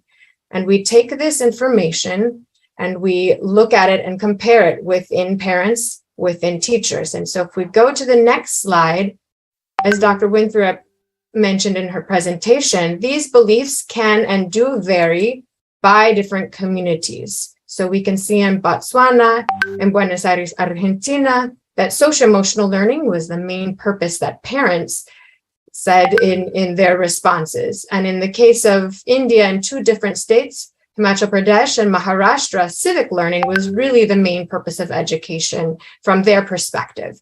And in Cajon Valley, California, in Dr. Servin's district, and in South Africa, the academic purpose was given by parents as the main purpose of education. So these purposes can and do vary by communities. I want to look a little bit at about the perspectives in Colombia. If we go to the next slide, we can see in our questioning of parents and of teachers their beliefs on the purpose of education, that the parents believe that the main purpose was academic learning. You can see that by the blue circle, which indicates parents. And 48% of parents thought that academic learning or furthering education was the main purpose of education, compared to teachers, which is the orange bubbles. And 48% believe that social-emotional learning was the most important purpose of learning. So es el propósito más importante del you can aprendizaje. see that these Entonces se puede perspectives ver can que and estas do vary from perspectivas parents to pueden teachers. variar en cuanto a los padres. We also look at perspectives of each other. También vemos las perspectivas de cada uno. In this slide, you will see the En esta active diapositiva belief ustedes of pueden ver parents, aquí cuál es the la actuación blue de los circle, padres, and you'll see the teachers' perceptions y of vemos parents también las percepciones de los in profesores the orange diamonds. en los diamantes en naranja. The parents, as we talked about, Padres, como prioritize estábamos academic hablando, learning, priorizan el aprendizaje académico. and the teachers Y los understood profesores entendieron and perceived that the parents were prioritizing academic learning. Therefore, the space between the parents' actual beliefs and what teachers thought parents' belief is very small, because teachers understood that their parents were prioritizing academic learning. If we go to the next slide and we look at what teachers believe and what parents perceive that teachers believe, we have a different story. We see from the orange circles that teachers are prioritizing social-emotional learning. 48% are prioritizing social-emotional learning. But in the diamonds, we can see that the parents perceive that the teachers are prioritizing academic learning. So parents are thinking that teachers are prioritizing academic learning when actually they are prioritizing social-emotional learning. So that's an important point for conversation. And you can see by the space between beliefs that it's an important conversation to have, why parents think that teachers are also prioritizing academic learning. If we go to the next slide, as was discussed in the last panel, and as we found through the research, that the importance of building trust is really also about aligning beliefs. And when we asked about alignment of beliefs and whether parents felt their beliefs were aligned with teachers, and if teachers felt their beliefs were aligned with parents, we found that in order to really align these beliefs, trust was important. In order to build trust, alignment was really important. So when teachers are more receptive to families' inputs, families feel they're on the same page with teachers about what makes a good education. And that's where we start to really be able to build effective family, school, and community engagement. We know from the research that these are very important, and that relational trust is respecting each other's beliefs as well as believing each other's competence, that they can do a good job, that parents are doing a good job, that teachers are doing a good job, and integrity, that really following up with one's word and promises, and personal regard, the care of parents and the care of teachers. So we know that these are really important from the research, and they were very strongly correlated in the research in Colombia, which means that in order for trust, we need alignment of beliefs, and in order for alignment of beliefs, we need trust. If we go on to the next slide, we'll talk a little bit about some of the conversations that the school groups held across Colombia. So in the 41 total schools, there were clusters of conversations grouped by region that were held virtually and in person. And each school, they talked about the different beliefs, why teachers were prioritizing social emotional learning, why parents were prioritizing academic learning, and to come together to think about these different gaps in beliefs. Each school then worked together to create a strategy and an action plan for family engagement. And Red Papa is helping to follow progress towards these strategies and working with teams to track progress towards these strategies. This data is also being shared with the Ministry of Education for their work, ongoing work with family and school engagement. If we go to the next slide, we can see some of the strategies that came out of these conversations across departments and across schools. All of the schools created a communication plan for improving communication between parents and teachers. And as discussed earlier, communication is a very important first step in listening to each other and understanding each other's beliefs, but also thinking about how to move forward with strategies for family, school, and community engagement. So all of the teams in their work together created strategies, and those, in some cases, were creating parent-teacher communities. And in other cases, it was using technology, WhatsApp groups, or website improvements for improving communication. We also looked at, in the medium term, there were, in different departments, 5 groups that talked about the need for really reviewing the Manual de Convivencia document and really thinking about how do we engage parents in this document and in this revision and in these conversations, and really encouraging active participation of parents, of fostering citizenship development and thinking about their knowledge on the school curriculum, things like understanding what is social emotional learning. And finally, Red Papa is leading a national conversation on family engagement, which really brings this family engagement strategy work into more of a long-term, an ongoing process of thinking about family school engagement within schools as well as across schools. Some of the big takeaways we had from the conversations, in the next slide, I'll share some of the thoughts from one of the groups in the Costa Caribe. And as you can see from their quote, algunos padres creen que ellos se pueden encargar del crecimiento socioemocional del niño, pero think they cuando can se be in trata charge of the social and de aprendizaje emotional académico, ellos learning. But quieren when que el it's about proceso sea academic liderado learning, they por want profesionales de this la process to be educación, led porque by consideran que no professionals in saben education, liderarlo because they ellos consider that mismos. they, as This parents, don't know how to a lead really this. important part for us to understand why parents may think that academic learning is really the work of the teachers, because they are doing social emotional work, but they don't know how to support in some of the academic learning. And so for understanding these beliefs and perspectives is an important way of really thinking how to build strategies for schools. In the next takeaway, we have a quote from Pompilio Martinez, and we have a conversation on relational trust.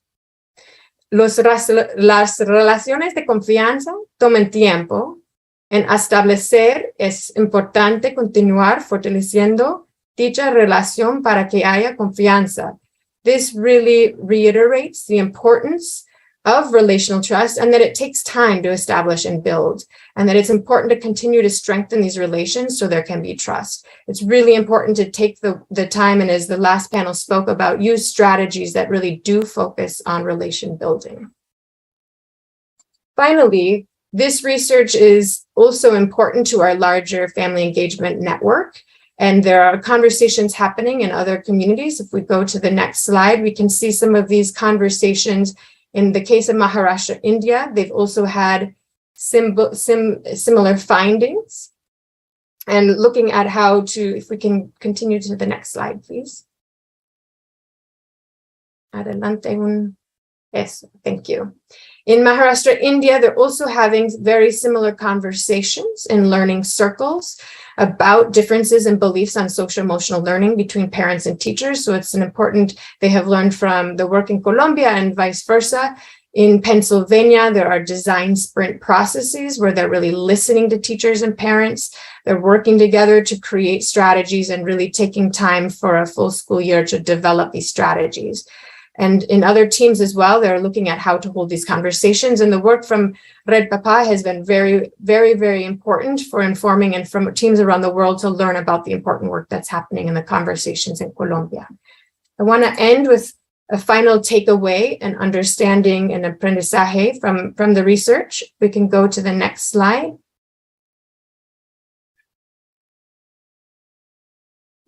One of the important aprendizajes is that different communities and groups have different beliefs and experiences with education. As we can see, teachers and parents can have different beliefs. We can have different beliefs by communities. We can have different beliefs by education levels, by geography. And it's important to really talk about those beliefs, understand these beliefs to build trust. And that in order to build these strategies, we really need to develop school and department and national level strategies to support greater family, school, and community engagement. And these conversations can really help improve family, school engagement and ultimately help transform education for all. Thank you so much. And I will hand to Adelaida for questions. We do have a final slide with tools and links that will be shared. And as Rebecca mentioned on our website, there are all of the tools and the information on the research. Emily, muchísimas gracias por mostrarnos. Emily, thank you very much for showing the research work of Colombia. These are the places where we can find the work. Durante los grupos focales, no, por favor que si dejan el slide, es que no lo... Slide there. Eso, gracias. There, thank you. No, the next one. Los QRs ahí, gracias. Yes, where the QRs are. A very important moment and some very important learnings that we had during the research was to understand that we really need to understand and listen to our students and our children. All the big conclusions were we need to improve the tools of communication. We need the families to be active part of school. So this tool is useful for everyone. This called Inicia Conversación or conversation starter. So it tells us where the gap is and how we can together establish this sound alliance, family school alliance. And as our panelists said it, to build lasting trust relationships so that they can be useful from the minute they go into preschool up until the moment they go to the university. Thank you very much, Emily, for this important work for Colombia. And thanks to the entire team who helped us carry out this research work. I don't know if you have any questions.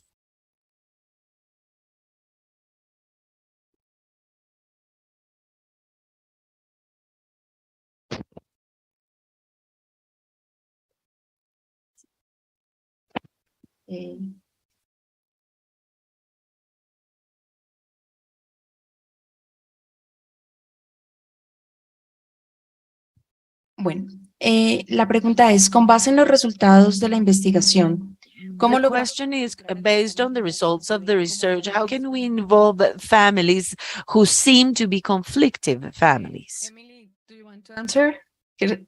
¿O contesto? Emily, should you answer or should I answer? Go ahead, Adelaida, and I can add to it. I'll let you start. Creo que el primer paso es no mirar a la familia como una familia I think the first step is not to look at the family as a conflictive family. There aren't any conflict families. What they have is conflicts or problems within their families, and what they need is a space to be heard. So things that we learned in our focus groups in this research is that everyone wants to be heard, to be listened to. So the way we need to find a way, and the way is to open our doors and invite them in so that they can express themselves and build these relations of trust.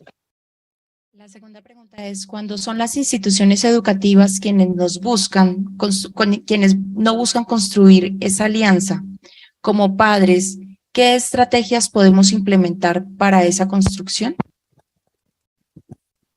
Construction of alliance.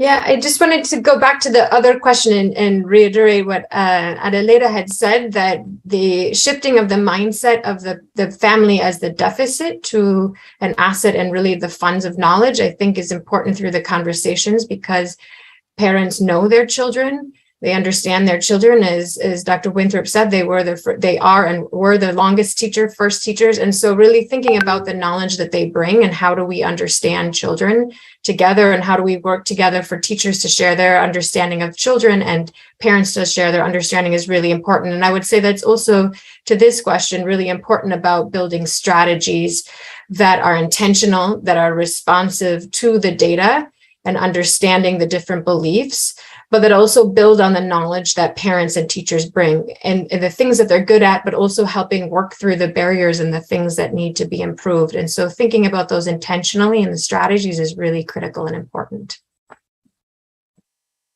Ok, muchísimas gracias por complementar. Y la otra pregunta, nuevamente. Thank you very much for complementing this. And the other question again? Soy un rector de una institución educativa. I am a principal in an educational institutions. How can I empower teachers so that they can be receptive to this alliance or family school alliance? That's a great question. I can start at it later and you can add to it. We have done research and know that oftentimes when teachers are going through their pre-service training, they are not getting the training and the support that they need to work with families. So we often assume that they know how to work with families and different kinds of families and different languages and different demographics, but it also takes time and practice as well as training. And so I think professional development programs, to the ones that Dr. Serban was speaking about, as well as really thinking about how are we connecting pre-service, preparing teachers and pre-service teacher training, as well as ongoing professional development. And then I would also say modeling and mentoring and coaching is really important for those teachers that have really practiced and learned and engaged in how to work with families, and really sharing and mentoring and coaching other teachers together, as well as school leaders, and the attitude and mindset that it is really important to engage families, and that there are not problematic families there. It's about opening the schools to include everyone.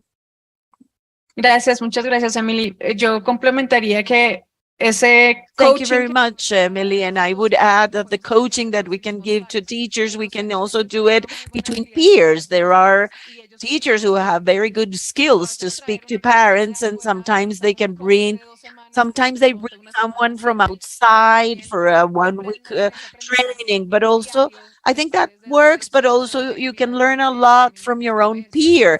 She or he can tell you, look, this strategy worked for me. Use this, do that. So that helps teachers be prepared to, face parents and see them as a strategic allies to build the purpose, the common purpose, and educate students. Thank you, Adelaida, Emily. Gracias por sus preguntas también al público. Thank you for your questions of the audience. The results of this research have shown us that Colombia has a great potential to make progress in local actions and the joint work between families and schools. So in order to continue with this discussion, we begin now the session of the second panel of conversation.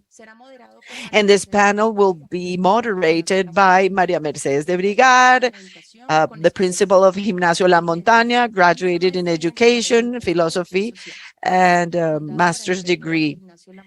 founder and the principal of Gimnasio La Montaña for 34 years now. She has been involved in different nonprofit organizations having to do with childhood, always for the benefit of children and teenagers looking to have better education in Colombia. She's part of the board of directors of Red Papás, Uncoli, Proyecto Aulas y Fronteras, and Alianza Educativa. She's also a mother of five and a grandmother of 6. So we will have here Rocío Olarte, Lili Borrero, Marcela Parra Patiño, and Ruby Santiago. Virtually or online, we have Pedronel Gómez Moreno.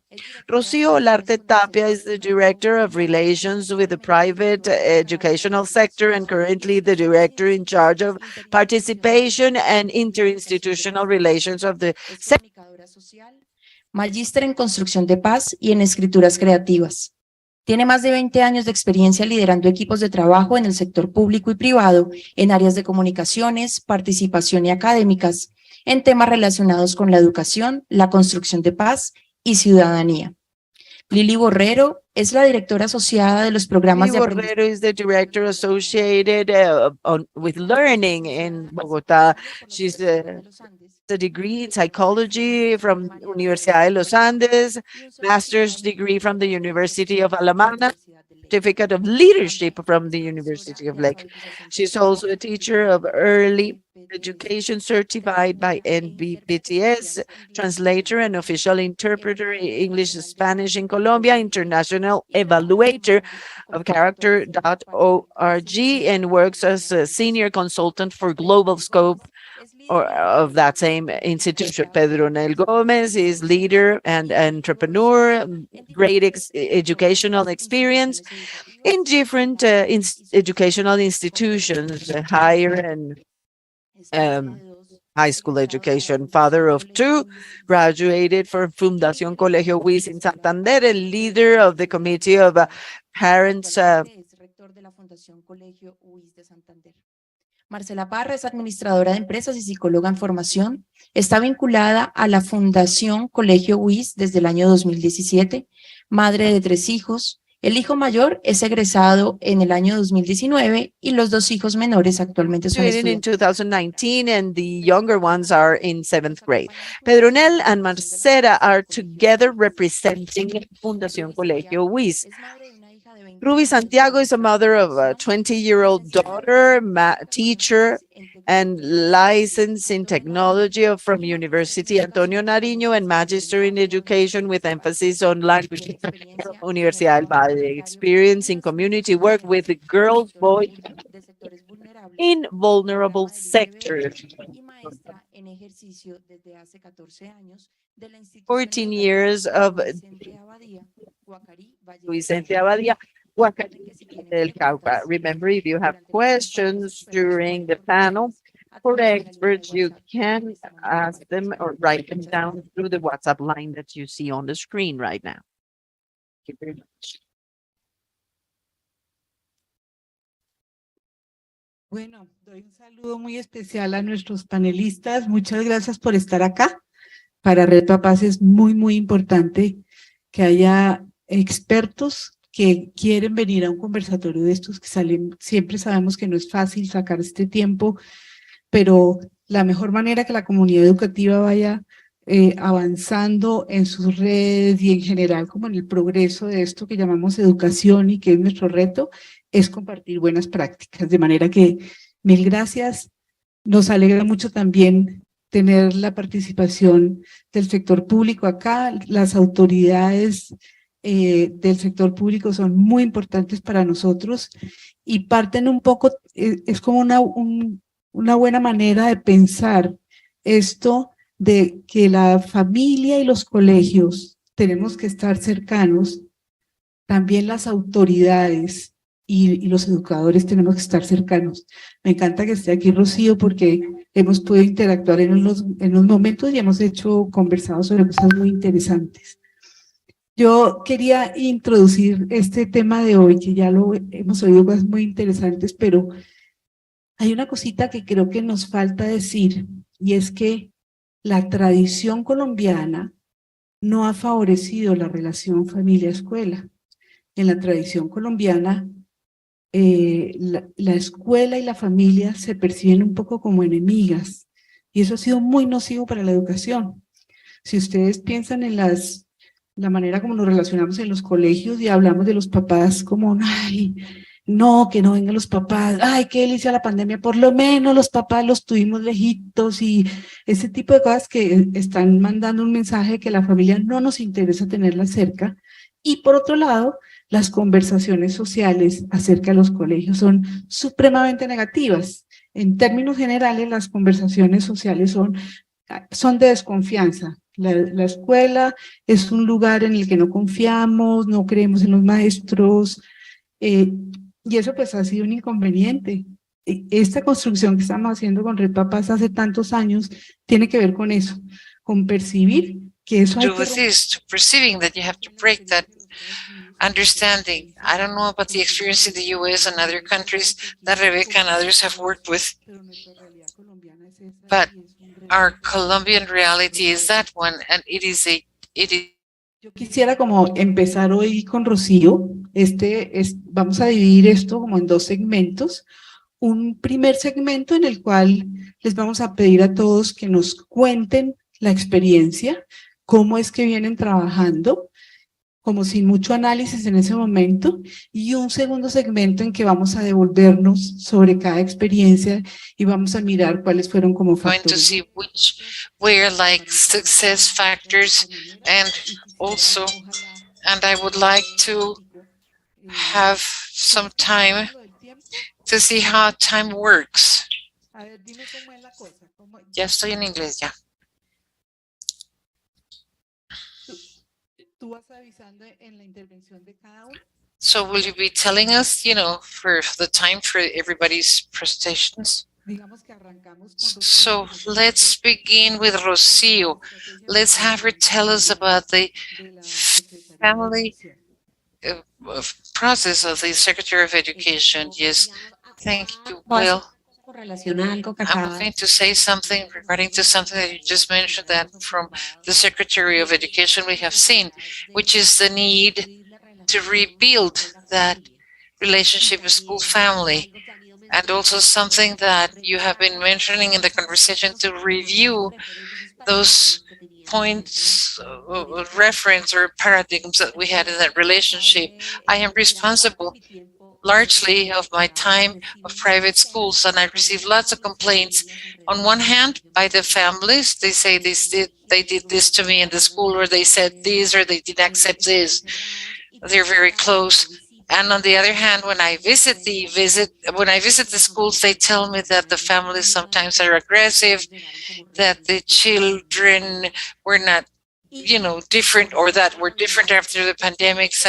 And so all this issue about the pandemics, which is where we have focused our program for family strengthening, this left us with some situations in the family that have been transferred to school post-pandemia, because the families didn't have the tools in order to face a lot of these situations. And there we have had to think a lot that maybe we have to review that relationship at schools, the relationship with the families, because we see the families as a client, as a customer. I provide a service, I educate your child, and there is a contract between us, and there is a coexistence manual that you accept with some rules that you cannot break. And it's not really a conversation, it's not really a purpose where I add myself as a school. And this has to do with both parts, not only for the school. As a family member, I select a school with some standards that complies a purpose that we can see in these graphs that they showed us a while ago, where my son will learn 40 languages. The families have a different imagination of a purpose, and the school also offers itself that way. It's not like having a citizen that is going to be happy. They all have in the premise, parents usually look for schools that say that their children are going to be happy there, and that's the way they market the school.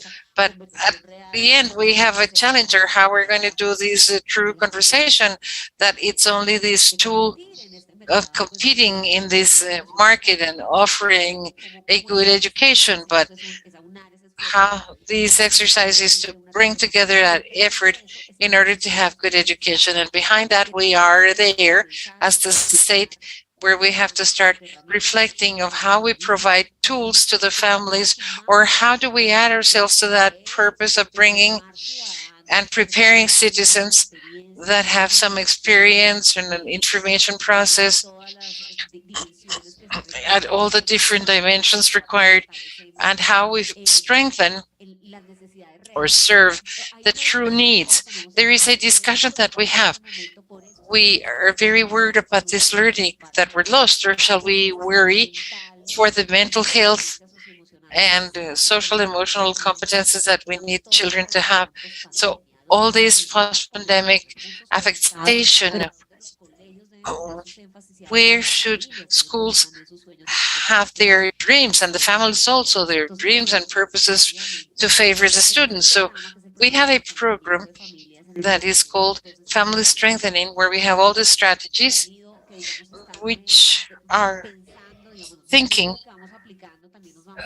while we do the applications, we find the strategies to create networks by location. So we started to think that we had to work from the territorial part, because a city like Bogota is like a city of cities. The reality of the locations in the city are different, and the realities of the institutions also. Avani, for example, the whole span of institutions that we have in Bogota is very broad, with families and the ways they relate with the school, they're different. So I have schools where the parents are totally indifferent with the school. They don't care about the school.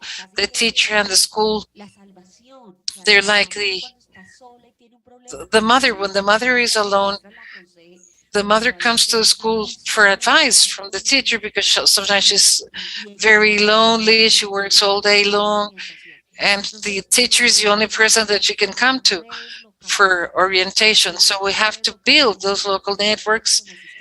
We have purposes with educational institutions in order to work with these aspects, because the family is really required to strengthen those family groups in order for them to have a stronger interaction with schools and that they can express their needs. On the other hand, we create the schools of family care that pretend to provide tools to the teachers or to the person that are going to help at the school. They give the tools to the families in order to face situations that were triggered during the pandemic, and they don't have the tools to handle this. For example, suicidal ideas, the early use of psychoactive drugs.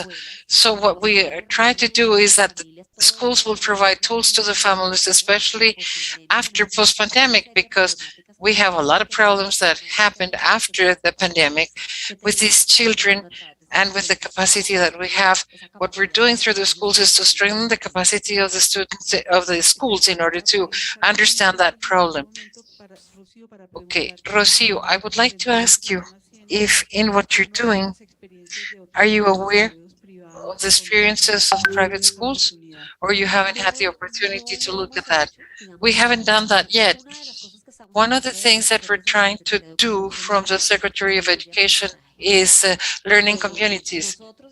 We, between my department, which is the private schools, we've had the conversation with the network team, which is the participation management that I'm in charge of, and we have thought about generating learning communities in order to share experiences. I think this is something that we're going to develop, and we do have the intention, and when we go into conversations with the parents, we want them to help us with this topic.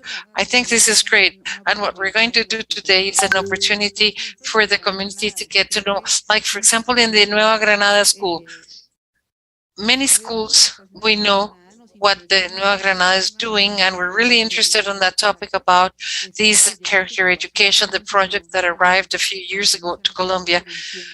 And I understand that Nueva Granada has done this task pretty well. So if you tell us about that experience, yes, of course.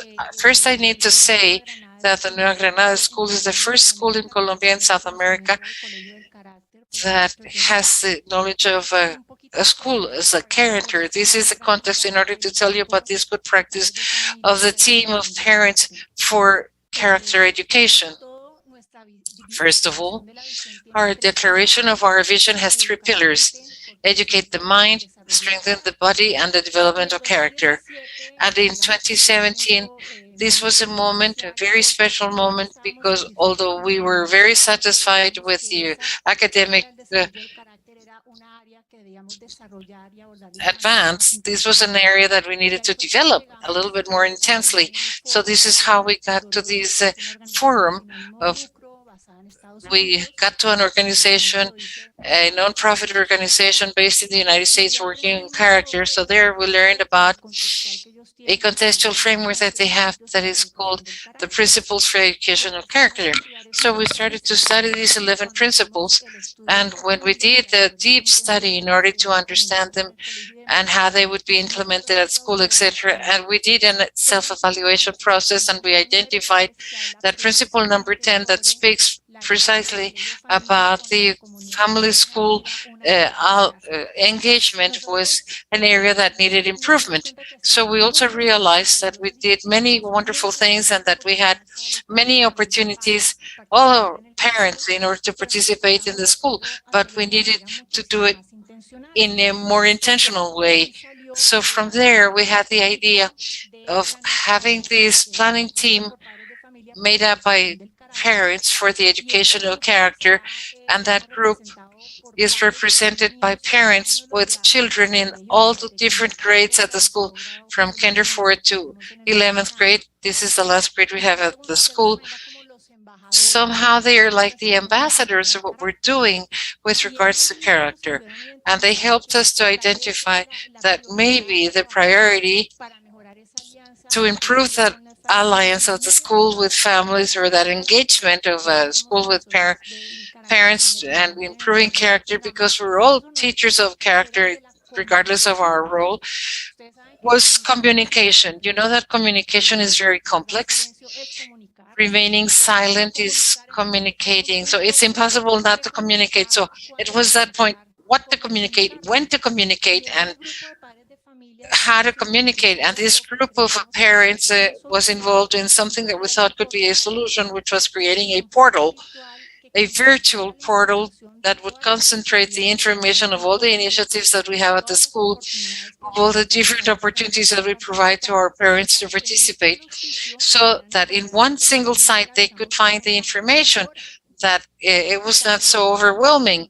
And we also tell you very proudly that what we had identified as an opportunity area ended up as what is known, or what is celebrated as promising practicing. So our group of parents, for the preparation for educational character, they were acknowledged with parents in practice by that work group. So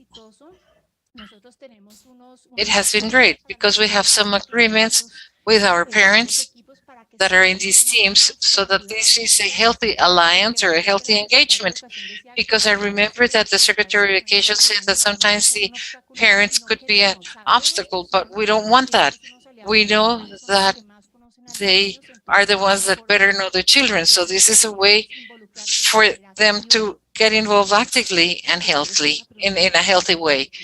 I want to ask a question for clarity for everyone. That group of parents, how was it made up?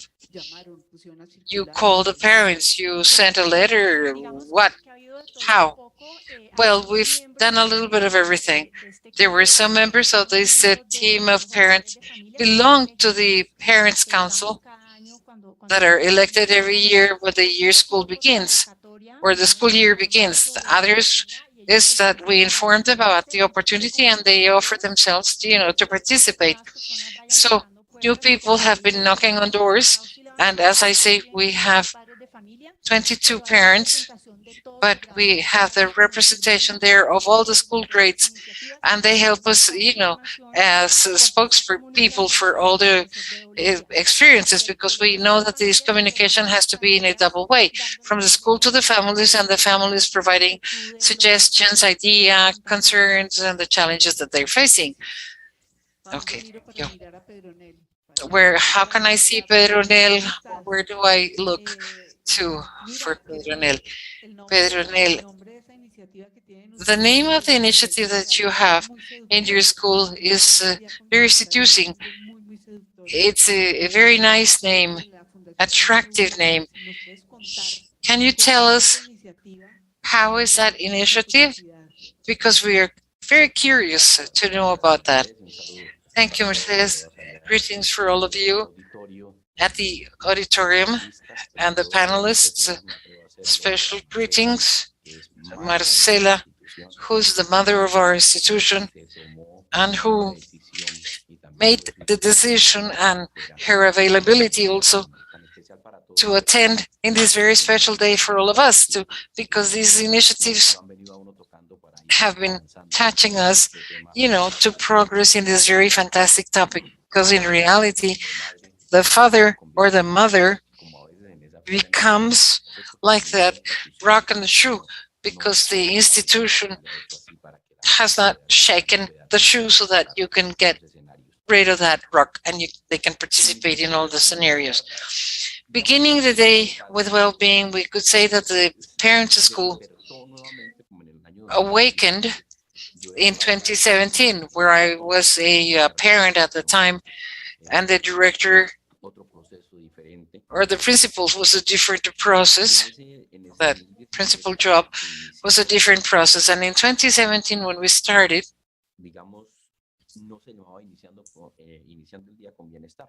we didn't begin the day with well-being. It was called Parents at School. But as interest started to grow, as the well-being and human relations of our institutions wanted the parents to participate and to give it a name, or that we were autonomous in this, because we had always been, that was the transversal part of our school, the parents being the leaders, more than doing what the school has as an initiative. And then in the pandemic, this was strengthened, and it takes the name starting the day with well-being, because of a common fact, which is time, because there's always a problem with time. Where can we, what is the best time for us to work? In the morning, in the afternoon, at night? We had different, 5 different schedules. Sometimes you can come, at the end of the day with well-being. So now we're very enthusiastic with regards to the administrative part, everything having to do with doing a parent school for parents. We decided to name it Starting the Day with Well-Being.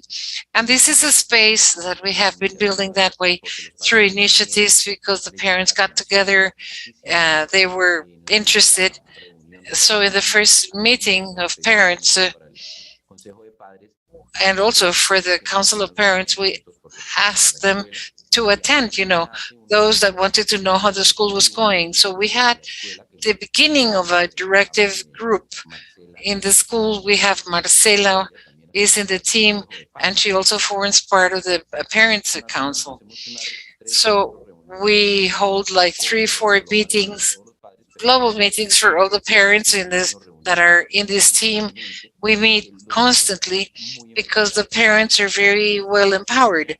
So what is our strategy? With the parents in our institution, we have some very interesting profiles. We have been taking advantage of that so that they collaborate in getting closer to the parents, to the students, and to the teachers in order to strengthen and in order to talk about all those topics that are of concern for the students' population. We're very well organized. We have a leading team made up by parents, this is not by grades. We have here people that are interested in belonging to that director's team. We also have the acknowledgement according to the participation. We acknowledge the parents at the end of the year. So for those that attend, I attend and I received all my diplomas while I was a parent. I attended all the schools, all the parents' schools, and we prepare high-level content with parents that are very well prepared for their discourse. Maybe if they want to talk about sexual education or consumption of psychoactive substances, or this topic about disengagement of family school, that would be something that had quality. We have to acknowledge that, and we were prepared in order to get to a massive audience. We prepare ourselves with the experience of these parents in order to strengthen this engagement. And I was listening to Dr. Rocio, who, or which becomes in a learning community. All of what our parents talk about in different topics, we can launch this to all of the other parents, all those that are interested in participating, and this will go to the education of our students. So this is a situation that is clear established, that this is not a parents' school. Why? Because sometimes, since we belong to the council, we cannot bring these topics to the parents' school. Why?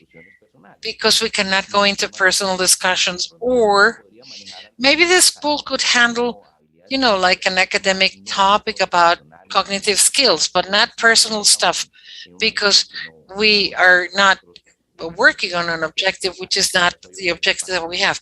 For that, we have other spaces. So it is a culture transformer. Santander,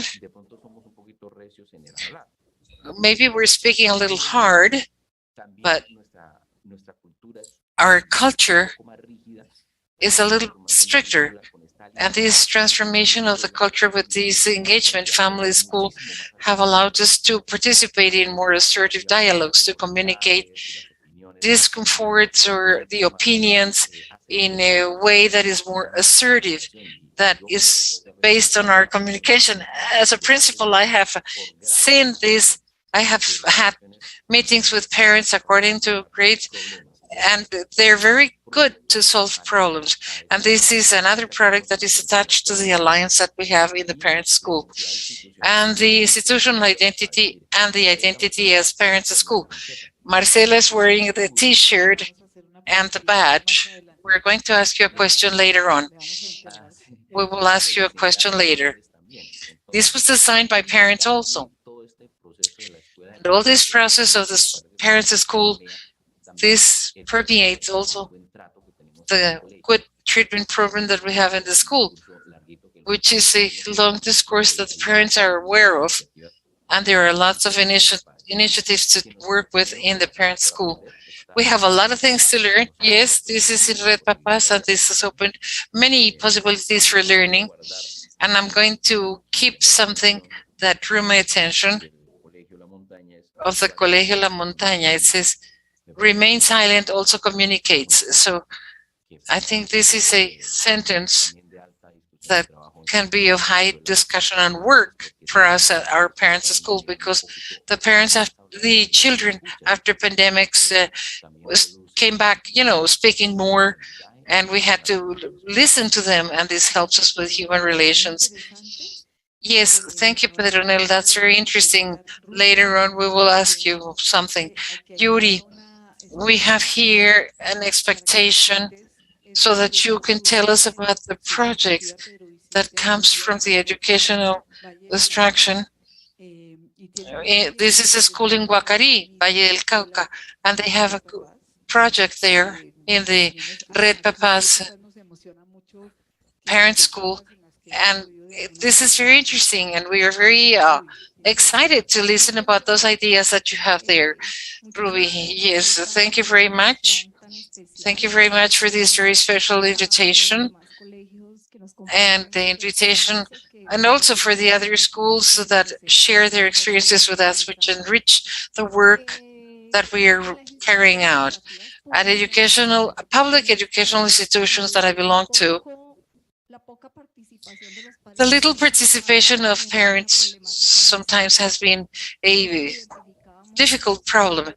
We have identified that constantly, and especially every year after we do the evaluation, where we see that there is an aspect that evaluates that part.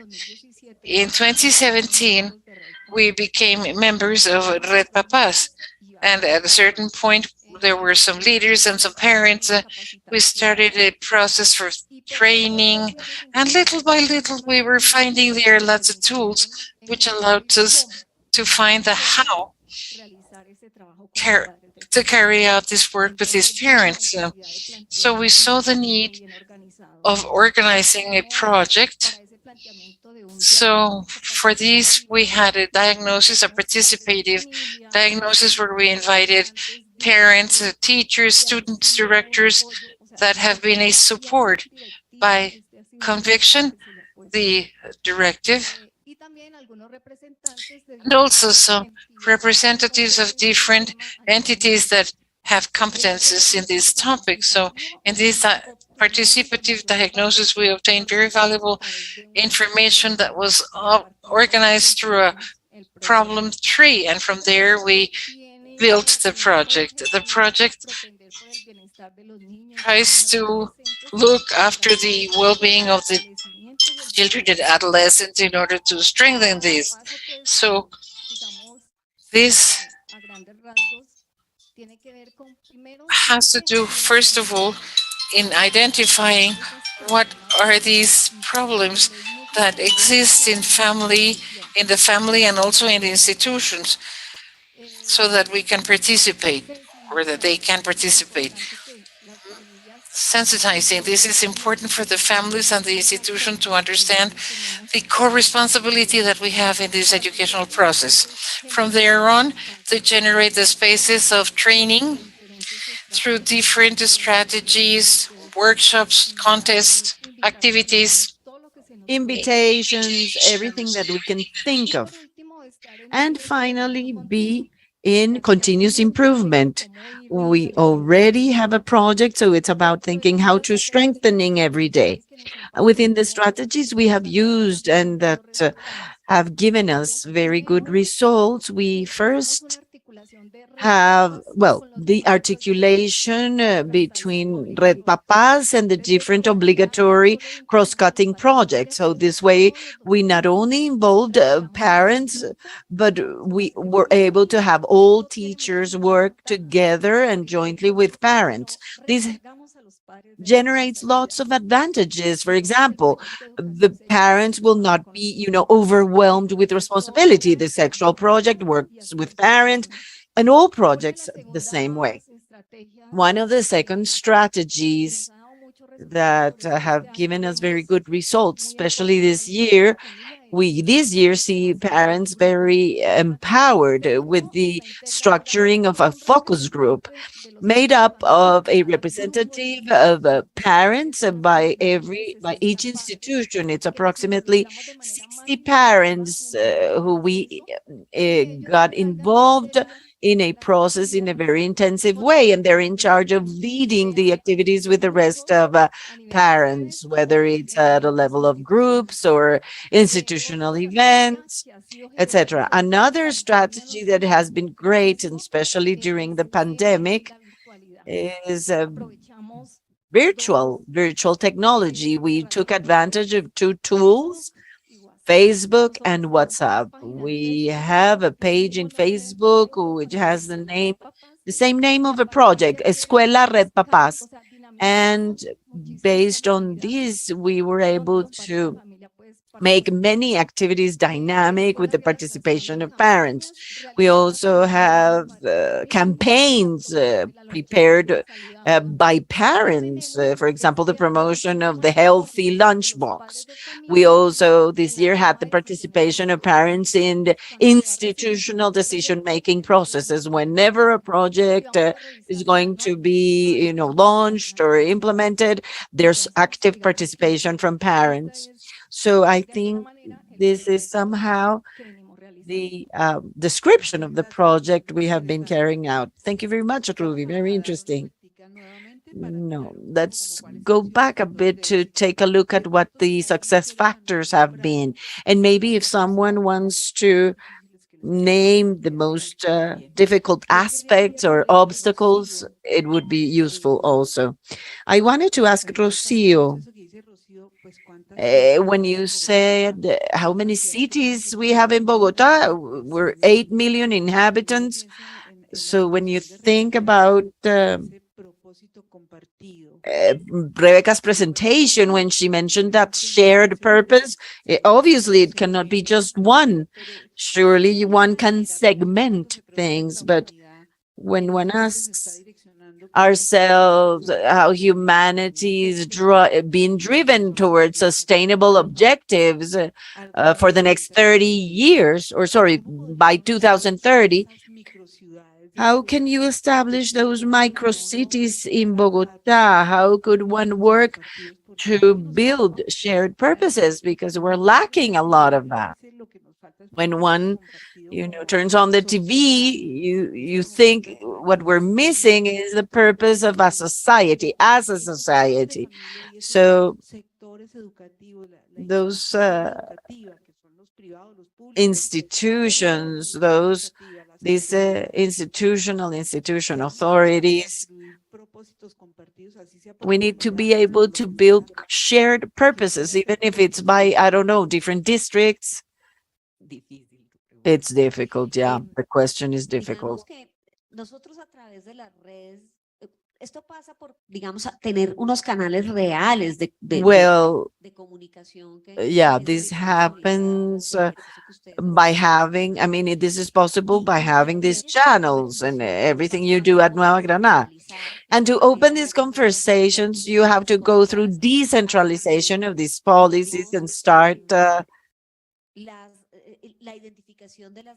with the identification of the needs and even the same proposals, because it's parents, the ones who really know what they need at that point. Needs are very different. One thing is the needs I have as a mother vis-a-vis the school of my kid, and a very different need is that of a mother who crosses the entire city to go work and probably has to see the kid only in the mornings when she wakes him up, and then only sees him at the end of the day. So in order to open these real dialogue spaces, we need to think about doing or making some institutional changes. For example, parents have lots of difficulties to attend the presentation of progress reports of their kids because of work restrictions. So how to structure the law so that within companies, they know it's going to be respected every period that you need to go to school to receive the report card. Companies must not, make any objections. If you don't, stop these situations where you are only called to tell what he has done wrong. It's not about just the subject. It has to be about spaces of conversation and interaction where you feel that, yes, they are really interested in your son or your daughter, and that happens regardless of any, school. Those progress report cards need to take the time required. Another important element, I think, to achieve these important purposes, for schools to be part, as you were mentioning, of the construction of the educational institution and their educational project. There are schools who really surprise me. I mean, they send, that production of manuals, but they don't really look at it, and parents don't even read them, They just accept that those are the rules of the game. They just, yeah, they can read it only when they go fight, or they have to go fight for some reason. So one mechanism could be that dialogue. And it's really about training our teachers and the spaces where they are taught to be great, I don't know, teachers of mathematics, etc., but they don't receive the necessary tools for the social and emotional aspects, and then for the dialogue they need to have with the families. So from the academy, regardless of the subject where he's going to teach, they should have tools to be able to interact with parents. Thank you very much. I think we can go on and on and on. Lily, someone is asking, and I am going to add these to the questions. Based on what you told us, which do you think are the key success factors? And someone in the audience is asking whether this is automated or systematized, and how they can have access to this to take it as a reference. Yes, I wanted to contribute one more thing to what Rocio was saying, thinking about what could be the unifying access for schools in Bogota. And it is the general law of education in Article 5 talks about objectives of education. And that could be a starting point for a dialogue. And going back to the question Maria Mercedes was asking, as I said before, we devoted ourselves to study these principles, these 11 principles. And when we got to number 10, in this case, talking about the character, and we can generalize this to all aspects of education, we found recommendations given by the research work, talking about the best practices, and some examples are obviously based on the fact that we're looking to have parents participate in a healthy way, in a constructive way, so they can contribute and they are open to dialogue, and they can see the school as another partner in their mission to educate their kids. There are many pieces of research work like that of Dr. Tomás Licona or Robert Marzano, who has delved deeply, or character.org for social and emotional learning. They've identified that this alliance between the school and the family is one of the aspects that correlates more positively with the learnings of students. And Marzano even delves more deeply into this and is very much aligned with the characteristics of this successful practice. It's the following. There are 3 fundamental characteristics of an efficient alliance between family and school. One, to have a two-way street type of communication. I mean, parents should have a voice. They should be able to present initiatives and ideas, and the school should communicate. But think about how much to communicate. At school, we have many communication strategies. We have bulletins that we send every Sunday afternoon with information of the next week or the following week. We have an open house where parents go to school, meet their teachers, establish a first relation face-to-face with them. We also have the presentation of progress reports. And we have surveys also. Every year we establish some or conduct surveys. And the second factor that Marzano talks about is the participation of parents. I know Rebecca was talking about participation and engagement, which we would translate as involucramiento, and a bit beyond participation. It's a bit more than that. It has to be an involvement with or an engagement with a purpose in an organized way. I was talking about the declaration of the mission with those three pillars or four, but these were all established by common agreement with the educational community. We conducted a survey with the participation of parents, students, teachers, and we identified four fundamental values which are embedded in everything we do at school: the code of honor in disciplinary processes, the model of evaluation in the interviews to hire teachers, in decision making, in the creation of classroom rules, which are co-created together with students. Oh, sorry, I didn't see. And the third pillar is governance. Yes, you have, those government structures which simulate these democratic processes and decision-making processes. Thank you very much. Marcela, look, you should be the queen of this panel because we're in an event of Red Papas, and it's a great opportunity for all of us to be able to hear you, especially in this question, which is something that has come up all the time, and it's the building of trust relations or trustworthy relations. Why did you trust your school? Why do you believe in your school? Where does that secret or that act of trust lies on? Well, good morning, everyone. I'm so happy to be part of this network of Red Papas, and I do it with a lot of love. Well, I tell my kids every day, are you happy? I ask them, are you happy at school? And they say yes. So I feel totally satisfied. I consider school as a second home for our children because we have our kids there practically since 6 a.m. till 5 or 6 p.m.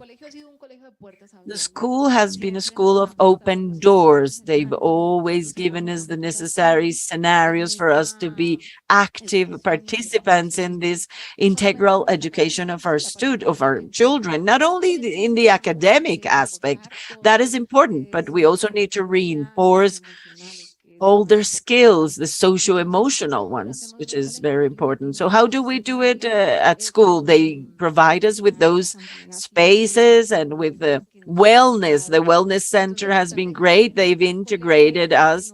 So the strategy that the school looks for and which motivates us and allows us to put on our T-shirt. This was made by a parent of the School of Parents. Our School of Parents is a general school, but we have there a subcommittee of 20 or 22 parents who are committed, and we get together every month and we share experiences, knowledge. There are very prepared people. We have physicians, psychologists, and we all learn from each other. We never know it all, so we try to educate ourselves all the time. And so we discuss topics at the committee that we think we need to socialize with the entire group of the School of Parents, and that's when we summon everyone. But everything has been supported by the school. It has been a means which provides us with the necessary tools. So what do we do as parents? We leave there the complaints, but we also motivate ourselves to work for the benefit of our kids and know that that is their second home. I mean, time flies. I understand many parents have to, go by the book and work 9 to 5, and they really don't have time. But it's only like one time a year, a meeting one time during the year, and that's very important. We need to learn from that. Don't you want to come to my school? I don't know if my kids would like to get out of our school. Well, before giving the floor to Ruby, I want to leave a question here for Red Papas because they're going to work with Rebecca tomorrow. There's something that resonates in me, and it is, how can we have these Red Papas groups as representative groups. I mean, many parents think that the groups we organized are just because someone is the friend of someone. How can we it's all contacts. It's about contacts. So how can we make these groups of parents be really representative so that parents can really feel, yes, that is our voice that represents our interests, our suffering, etc. So have you been able to see that in the experience you have and with all this information and data that you have collected? Have you seen that these groups really represent the community, the entire community? I think that's key. And I also think it's key to ask Rebecca if there are WhatsApp groups in at schools and how we have been able to deal with those. Ruby. You told us how you have integrated everything in this school. So what do you think has been fundamental so that parents could, believe in this and participate and become engaged? Well, first, just having opened our doors to hear them has been very important. So this participatory space was not something that the institution built by itself. No, we opened the space for them to participate. They saw themselves involved, and that's when we wanted commitment. And a second strategy for them to feel represented has to do with the election of the focus group. That is something that is, elected in the groups, but it has to be the parent that is willing to participate. And a parent who knows that maybe he or she doesn't have all the skills in the world, but has the willingness to do so. Maybe he knows that one is good to speak in public and the other one is good in drawing. So it's a bit about skills and learning to listen. That has been the best strategy for them to feel committed and engaged. And the key then is to open the doors and listen and being able to interpret. Yes, plan the school based on the realities of the homes, of the different homes. That's key. So I'm going to start with the questions from the audience. There's a question here that I think it's intended for Rebecca, but I really think it's more for Rocio. It reads, from the actions of co-responsibility in local government, how can we work together with the agencies that can support schools in preventive actions with families, such as comisarias or the Family Welfare Institute, the police, and the mayor's offices? Well, all schools, we have the educational system as such has a system of participation which starts with the school itself and the different bodies. For a long time now, we went from a representative constitution to a participatory one, and it's hard for society to participate. And that non-participation has to do with our priorities. One of you said before, even if it's just once a year to go to school, no, that's a priority. It's the life of our kids. We need to go every time the school wants us to go.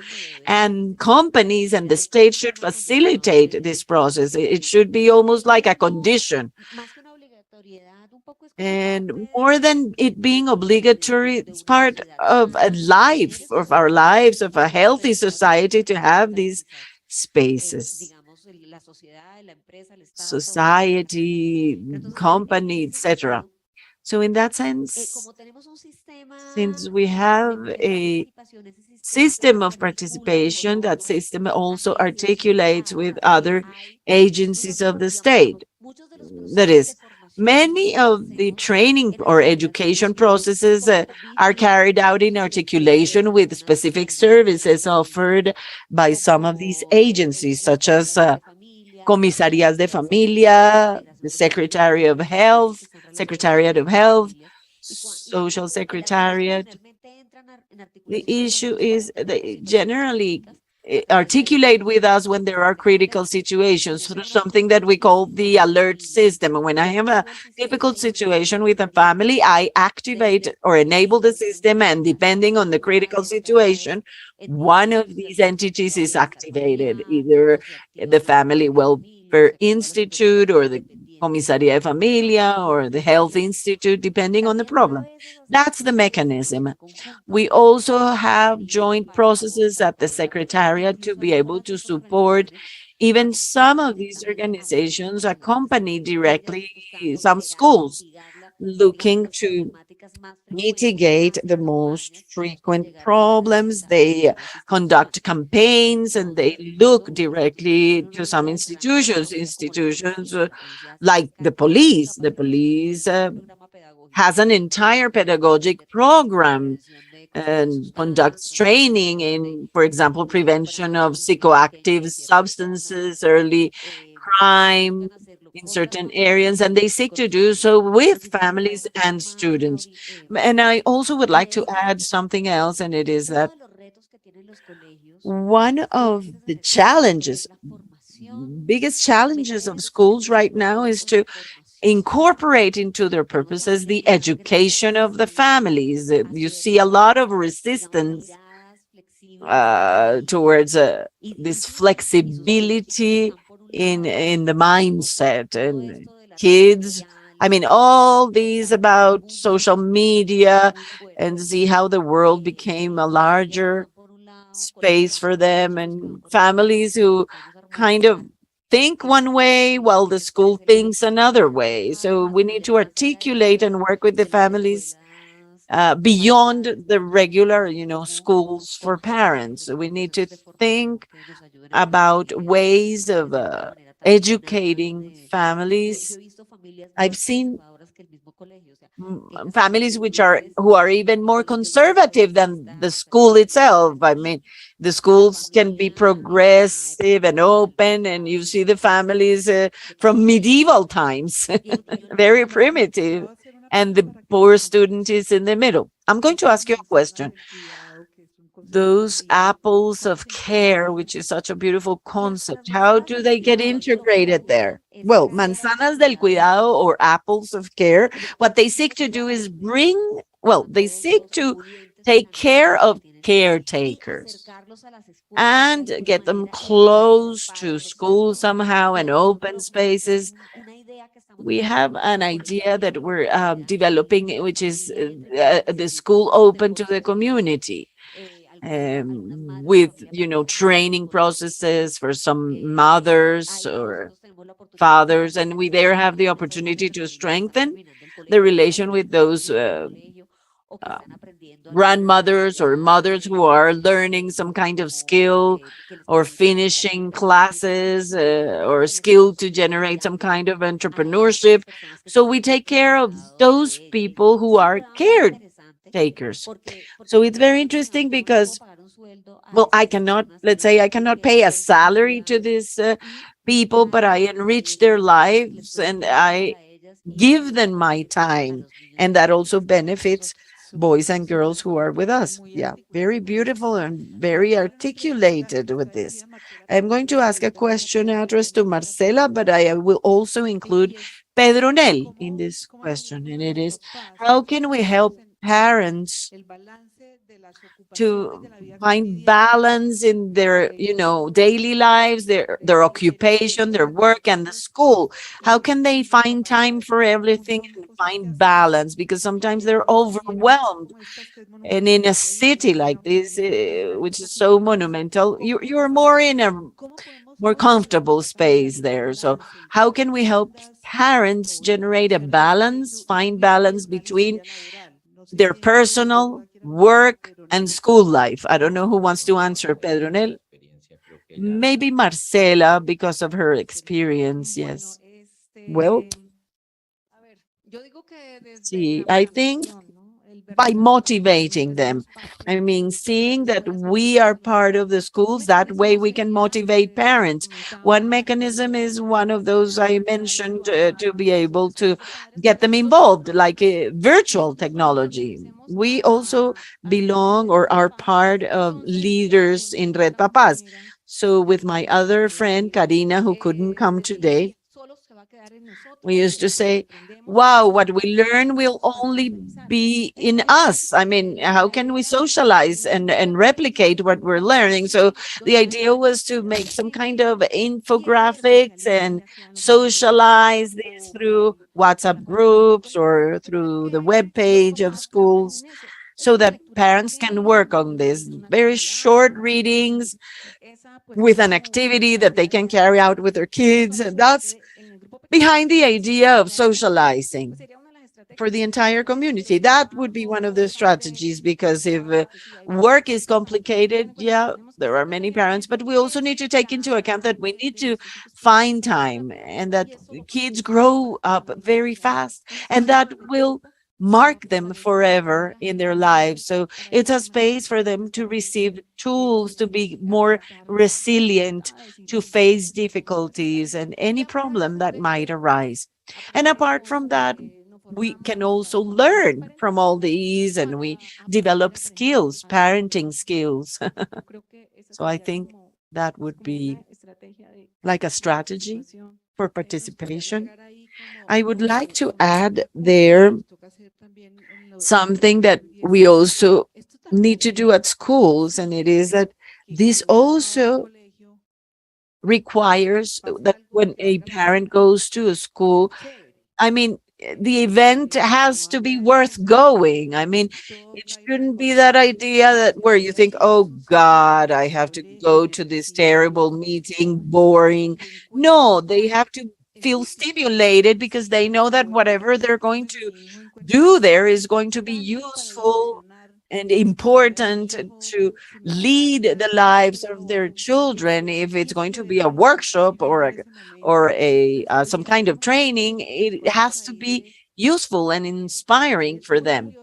So there, the topic of having a common purpose and getting to know our community is very important. To know that this experience has to be an enriching experience, that I think is a very important challenge for all schools, and I think this implies a change in language. For example, this idea of knowing how many meetings the parent has come to and the fact that they feel obligated is not useful. It shouldn't be an obligation. It has to be interesting, important. And I would like to add this.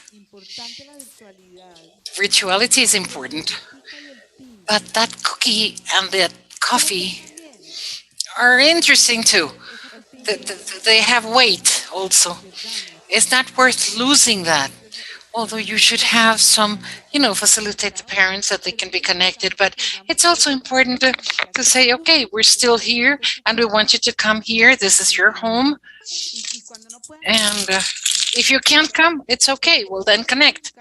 But it continues to be your home and there's room for you here. So there's one more thing that I think that we have to highlight from these things being face to face, because it's a connection between parents. It's not only the connection with the school, but also have the parents to create a community. That's very protective. When the parents are friends between them, it becomes a protected community, which is valuable. And what this means, as I tell my parents at my school, I say, parents multiply with these conditions, and the children know that all the parents are friends, and they feel great because they are able to achieve that community. I didn't have to check here, but since I was a moderator, I decided to use this time. I think we've finished. I don't know if you have anything else to add as from what you were asked. Yes, well, maybe I would like to say something that happens at my school. The parents, like Marcela says, are committed with the summoning factor, and that summoning factor, they have it themselves. So as you say, it's not just the coffee or the cookie, but you have to include everything that can provide importance to what is happening with the parents at school. At my school, the main focus for parents meetings is our parents' school. That's very valuable, yes. Well, thank you very much. Ruby is going to say something. I would like to add that in our Facebook page, we invite you to look for that page. It's called Familia de Escuela Red Papás PVA. We have mostly parents, and we think that this is a significant number because it's an educational page. It's not the artist, I think we have good followers, and we use this page to a maximum because there we analyze material from Red Papás, material produced by the institution, lectures, contests that we have carried out with choreography and the families. We just had a contest called Buena Nota Parents, and they prepared a video where they say why they were those cool parents or Buena Nota parents. And another activity that we are carrying out right now is workshops oriented to male parents, because we see that those that attend mainly and that are committed are mothers. So we are in this process of preparing a workshop with parents, with the fathers. So one of the fathers is helping us to prepare this workshop. We started by carrying out a virtual survey sent to all the groups, and the father should answer it. We asked them some questions having to do with their participation and with the schedule that they would be available to attend. Maria del Socorro, who is the director of this institution, wants to tell us about something special. Do you want to come here so that we can all hear you?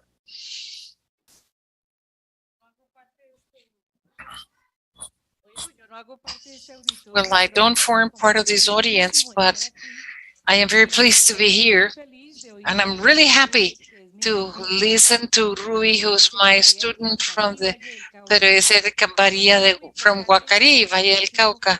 And something important when Rocio was talking about this large Bogota, 8 million inhabitants. We talk about 120,000 inhabitants in Guacarí, but we had to convince the educational institutions of Guacarí to form part of Red Papás, and we were able to achieve that. How? We went to the mayor, who is always limited in resources, and we said, Mr. Mayor, this is the school in Guacarí with Red Papás, but we are managing the same context. This is a social context that is very vulnerable. So why don't you pay the membership for the other schools to belong to Red Papá? So that experience was very interesting for me because we were able to have all the official institutions and private institutions also from Guacarí. 9 of them belong now to Red Papás. And the other thing is, now to finish, because I know that I have no voice, no vote here, but anyway, we manage in the Pedro Vicente Abadía school, we manage a strata 1. We have parents that are totally illiterate, and they are the ones that are helping Ruby with the activities and with the posters, and they feel very important. And it's great to listen to what you said, with a cup of coffee, with an arepa, with a cup of chontaduro, with something that is very simple. But they come to the school and they're very happy. And the last thing, this is the last thing, you know what I do for them to come to register at the school? I have to have raffles. And I ask, like, for example, for pots or pans or things to give to them, like rice cookers and the greatest prize is a flat screen TV. And when the mother comes for the TV, she says, "Oh, that's what I wanted for all my life, because that other one I had no place to put it." But those strategies, that's what we have to use in the municipalities. I'm very happy to be here. Congratulations. A big hug, and visit Guacari, please.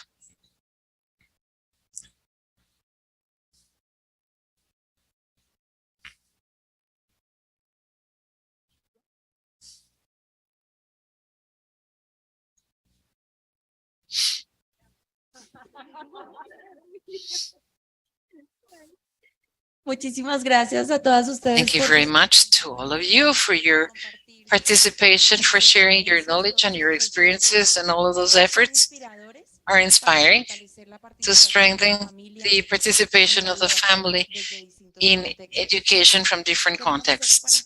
Now we want to have a small parenthesis. We want to offer you an apology for the failures that we've had in translation. We were told from the management of the building that there have been problems with the internet, and because of that reason, the translate gets the signal a little late. But now the technicians are checking on that failure, and they will be correcting it soon. Now, trying to provide tools for parents and caregivers and teachers to design and implement the strategies around the engagement family school. Red Papas developed the Kid Papas Alliance Family School, and this was developed with Familia Castro. We want to invite Adelaida Gomez in order to introduce this kid. Adelaida Gomez, who was with us in the previous lecture, is the coordinator of the family school engagement in Red Papas. Juliana graduated as an anthropologist from the Andes University and at the University of Bergen in Norway. She has 12 years experience in the public sector, working for the rights of children and adolescents, and right now she works as the head of the management area of Red Papas.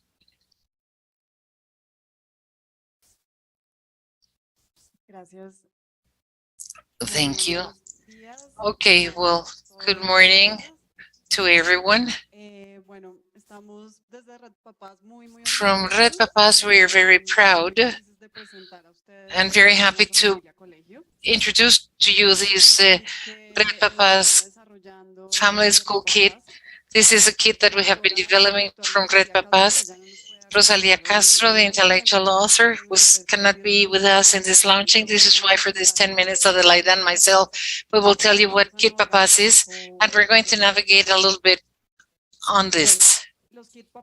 So Kit Papas are macro places with answers to frequent questions regarding a topic that is of particular interest for the raising and education of children and adolescents. The content of the kits provides information that is useful about the topic and exposes what the law says about the topic that we develop in the kit. This kit, Family School Engagement, is a tool. It's a tool so that parents and caregivers would know the importance, the benefits to participate actively in the school life of our children, committing in their school process and working together at the school in an effective engagement and effective engagement. The kits are for daily use, and they have resources and tools that are useful to respond to the question, how can we accompany better our children and participate in their school life? In the kit, mothers and fathers, they can find how to tighten the links and have bridges in between the family and the school. And this is the scenario that we share with teachers and directors, where the support and commitment and contribution of each family is essential. This is a part of a research process that consulted different sources and used the experience of Red Papas and the work carried out by the Secretary of Education of Bogota and for the Ministry of Education of Colombia, and the research with that we are developing with the Brookings Institution. So I'm going to give the floor to Adelaida so that she can tell you what the kit is structured, or how is it structured, and how did it start. Thank you, Juliana. So the kit, as Juliana said, is designed for parents, caregivers, and teachers and the educational community. We had the beginning, the what's in the house, how did we build this family school agreement, and what is it used for, what does the Colombian law says, and the links of interest. When we show you here this window, you're going to see the photographs of the kit, how it looks like. The what's in the house, we have questions that are going to be developed through the kit. So how did it start? This period of Red Papas since 2003, which articulates the parents, the caregivers, directors, and teachers in different public schools and private schools in Colombia, and all the experience that we have been collected throughout these years. In 2016 especially, we built the guideline of how to build a model to work in this family school agreement, where we were able to develop this kit. And the work that we've been doing on our daily living at the school, in the leaders meetings, the urban groups, and each of the meetings that we have with the schools. So if we go to the what's in the house, we have questions. Each one of these questions, you click on them. What can I do so that my daughter does well in the school? So it gives some didactic instructions that is going to help us answer in a clear and specific way these questions. So you click each one of the circles, and we have ideas how to listen to the children, how to use the house as a workshop, how to build things together, how do you see the kitchen as a science laboratory. So it helps us in things that are very daily life. What elements do we have as a family to work together with the school? So it gives us a summary, and we also have these blue boxes where we have tools to share with the schools the same vision to build trust and care relations. That's our topic that we've discussed all morning, and how are we going to communicate in an effective manner.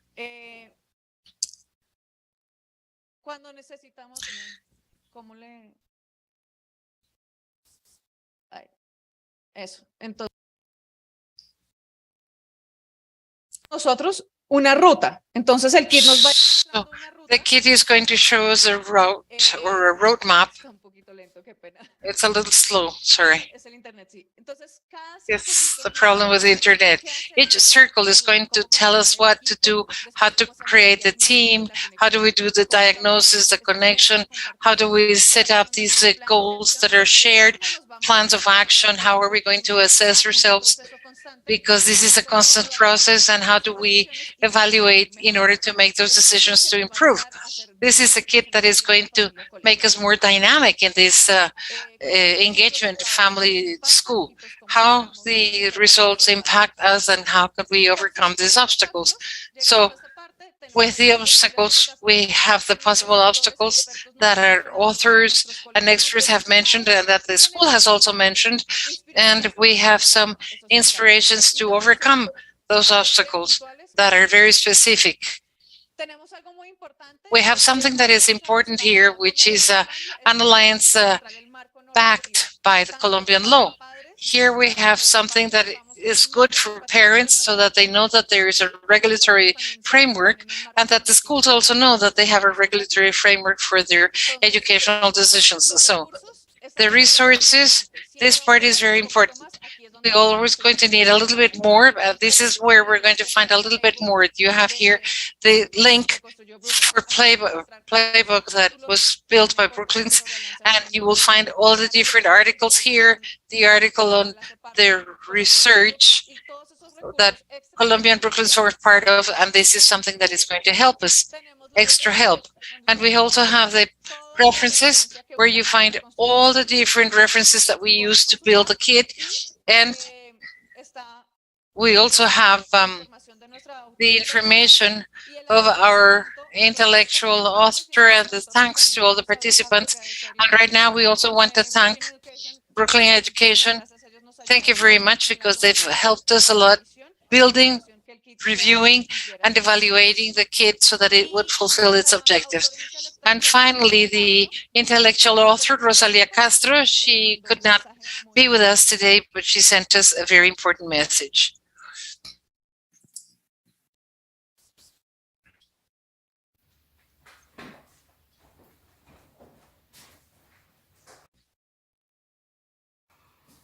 Hola, es el lanzamiento Alianza, Familia, Colegio de Red Papás. Yo tuve el honor de escribir ese kit y quiero invitarlos a todos ustedes, madres, padres, cuidadores, docentes, a leerlo. Es un kit en donde pueden aprender cómo trabajar en llave con el colegio. Qué pena, pero no llega sonido. Mejores resultados para nuestros hijos, tanto no llega sonido para la traducción. Y crecer juntos como comunidad educativa. There's no sound Espero for que lo disfruten translation. tanto como yo. A leer.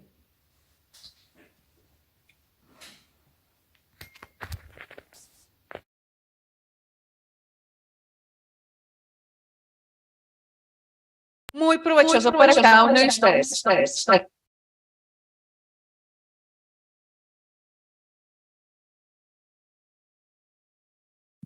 Muchas gracias a Juliana y a Adelaida por la presentación del kit.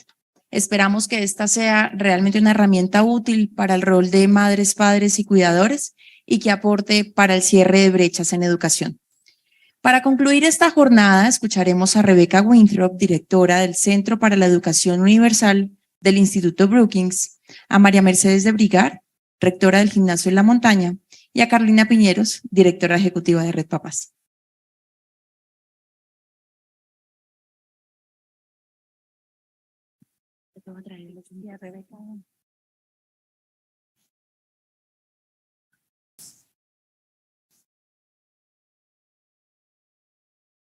Bueno, María Mercedes se excusó porque Mercedes excused herself because the school does not allow her to continue here.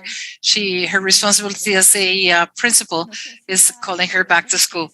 So I don't know if you want to be with us, so you can supplement this with us. You can add to the main ideas, because I think that each one of us has built its own conclusions. I would certainly want, and let's use the QR code for people so that we can get their ideas through the QR code, but also tell us about what is it that you want from Red Papás right now. Knowing about all of this that we are seeing, what can you think of that Red Papás can do? Send it to the WhatsApp and we can help you out. So, Rebecca, I don't know if you would like to start from everything that you have heard and everything that you see outside also. Can you tell us what work comes next for parents and for local authorities, national authorities, directors or principals? I think you've understood that role that is so important of Red Papás leaders, the role they play at schools. All the leaders in the schools, one of them is at least a father or a mother or another one that is working in the school, and this helps us a lot to strengthen our work altogether.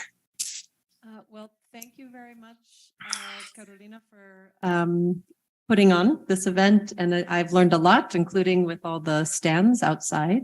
I will tell you a little bit about what comes next for us at Brookings, and we want to hear from you about what comes next for Red Papás. I cannot tell you that, but where we fit. So we are working with all our partners in the Family Engagement and Education Network, which Red Papás is one of, to really try to strengthen this conversation starter tool.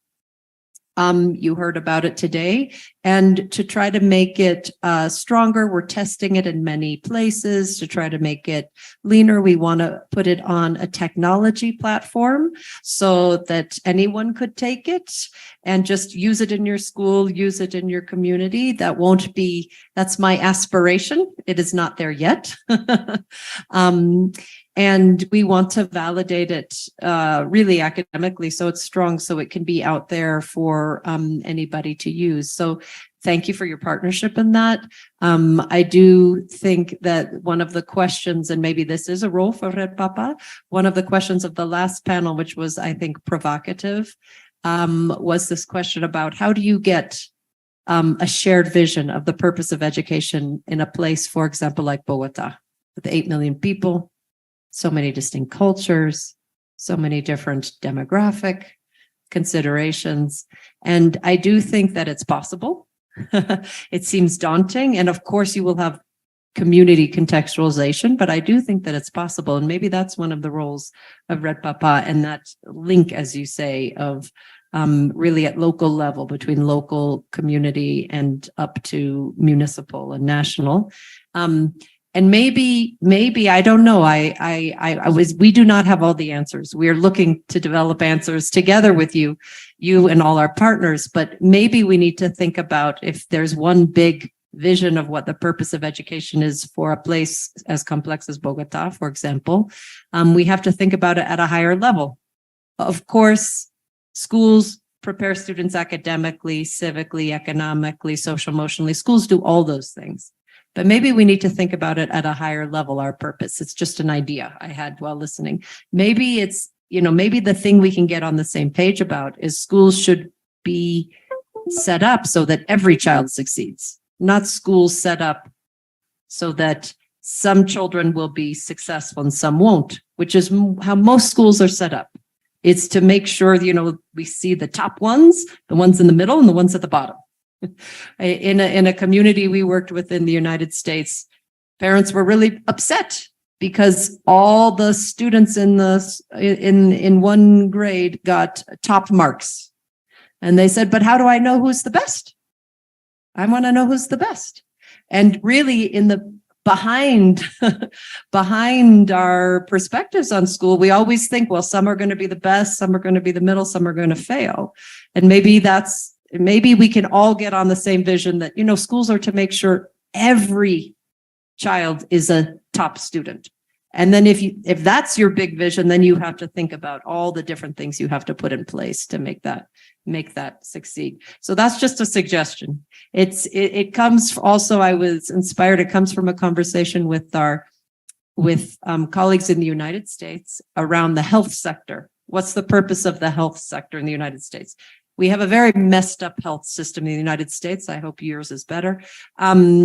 But it is to treat illness.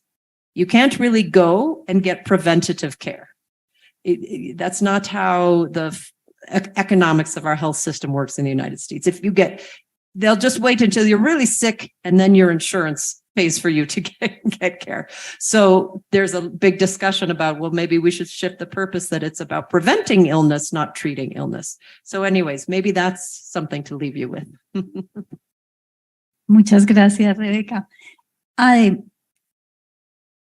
Tú tienes un rol en este proyecto, pero desde tu perspectiva. You play a role in this project, but from your perspective, as a manager of Red Papas or founder of Red Papas in an area as Valledupar, in that context, what important things do you see after all this work that is going to be your priority? How do those schools or those communities accompany you?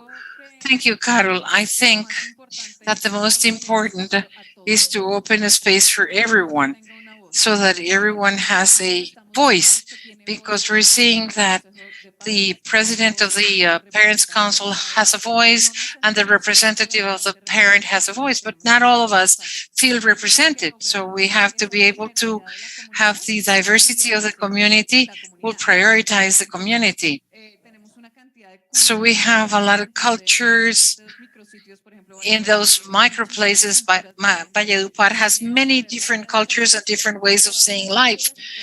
and they must all be valid and be in the school. So we need the schools to feel that we are their allies and that we as parents feel that we form a part that is active. We are a really active part. So as Pedronel was saying, each parent brings us something good that contributes with something to the school.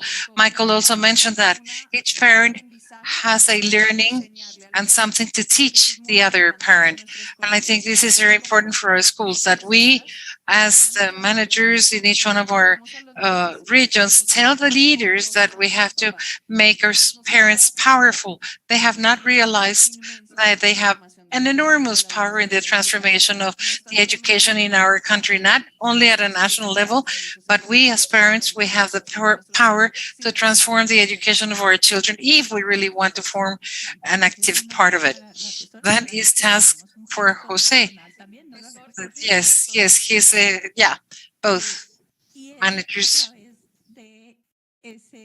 So through that coaching, and I think we have to empower the Red Papas leaders also. But I think there is a step here, and all our regional team, and I'm speaking for Marisol and Susan, we have a task from the incidents team side, because this is a role of our authorities also, the local authorities also. Maria Socorro was showing us how she was able to have the mayor join the process, saying that what the families need is support. And this is very important work that needs to be done, not only for public schools, but also for private schools. So you can see here that from your role as manager, and we in the Red Papas team looking at that here, I want to tell you that we have reached a conclusion and that we can be in the line of what has been said, but also how we serve families of children that have disabilities. And I think that we should include all this diversity, very valuable diversity that we have in Colombia. And there is a question asked by someone, or a comment. What could the governors do to bring the families and the schools to the evaluation systems of education? For example, ICFES. I think maybe, I don't know if that is a specific task. I think that once this engagement family school works, you start doing it better.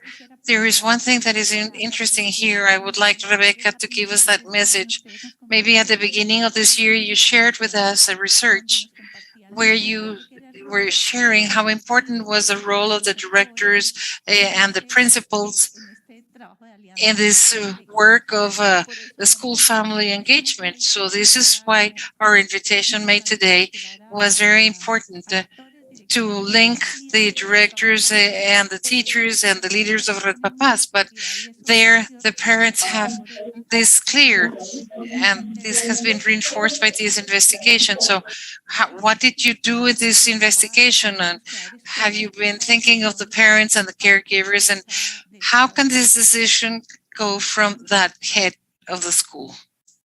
Okay, thank you, Carolina.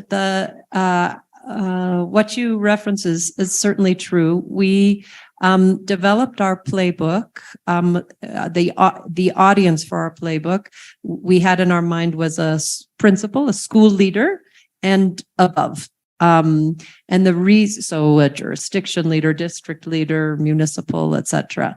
And the reason we started there and didn't include 4 teachers is because although the teachers are on the front lines of the relationship with families and parents, they are on the front lines. They are intermediating that all day long.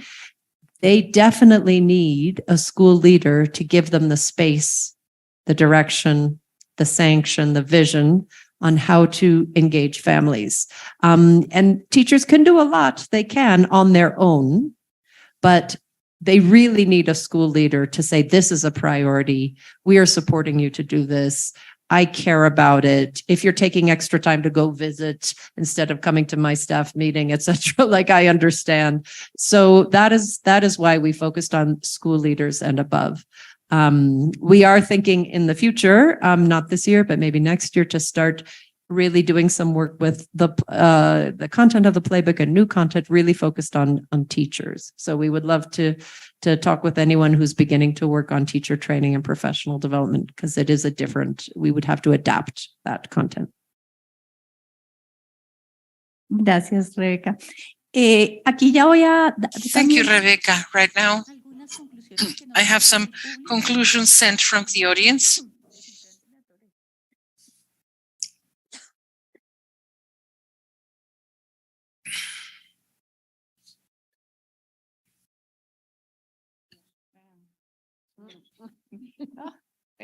Claro, los dedos es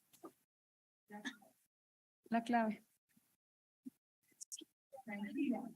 Fresca.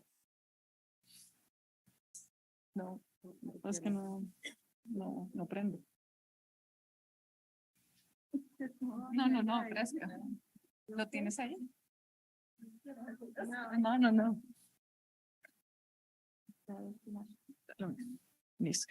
Entonces aquí nos dicen, así como hay que dejar de ver las familias. They say here, we have to stop seeing families as conflictive, and the families have to stop seeing the instructor as incapable.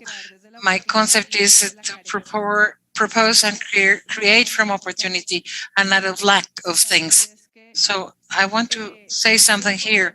It is very important to see the teacher as the ally, and that the scores of the parents that we bring back home is fundamental. If I come and I say, that teacher is no good, that teacher is not listening to my son, that's what the son is going to repeat, or the child is going to repeat at school, and then the alliance will be lost. So we have to look at the teacher as a friend, as the person that is going to help me educate my child. And the concept of proposing and creating from opportunity and not from what is lacking, we all have the capacity to improve and to contribute with something. All of our parents are in the capacity to contribute with something. They're going to teach us whatever we need to learn from them. So I think it is very important to see this from growth, not from lacking. And I think that Wakari leaves us a teaching that is very important, which is that we all can contribute with a grain of sand. So we cannot remain seated. We have to take action and contribute for these family, school, community engagement so that we can transform the educational system. And something that has to do with Red Papas is that we create protective environments. This is the opportunity to continue generating these environments for our children and adolescents that need something solid so that they can have a good or a fruitful future, because each child can have the opportunity to be the best. And so let the children explore those capacities and build those alliances that are so powerful and that we can carry out. Thank you very much. And sorry, a final commitment from Red Papas. And Rebecca was saying that the first thing that we need to do is with training the teams. We were talking with Charlotte of Educational Alliance about supporting them from Red Papas and Alianza Educativa to start a course, a virtual course that we can pilot. We can start with a small group of schools and give support to schools that want to take that step of involving themselves or taking a bigger step, like helping Red Papas with all of this. This is going to be hand in hand with working with what we have been learning and how to facilitate that all the schools that are with us are close to Red Papas can also use everything that Rebecca is telling us so that you can also use those tools firsthand in order to begin with these conversations and learn what the families are or how the families are in the school, how we're doing, and how can we narrow the gaps in this education purpose so that all of our schools in Colombia can multiply this by 10 those potential that our children have. So here we are from Red Papás. Here we are ready to help you, and we're going to narrow the gaps. And I know that each one of you will leave here with this commitment, and you will be contacting other people as they did in Huacari, in their schools. We're going to tell you or show you that here we have something that is very powerful. So we're going to continue with this task that we have. So continue counting on Red Papás for these things that you have to do.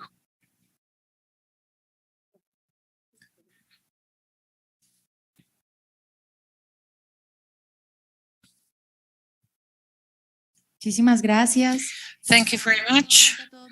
Thanks again to all of our guests and you for your attendance and participation. We also want to thank the organizing team. We hope that you were able to enjoy this first national meeting of school family engagement.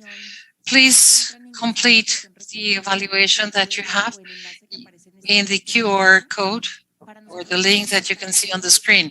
For us, it is very important to have your feedback, see what are your opinions and experience with this event. For those people that are virtually attending the YouTube chat, we are sharing right now the link of the evaluation.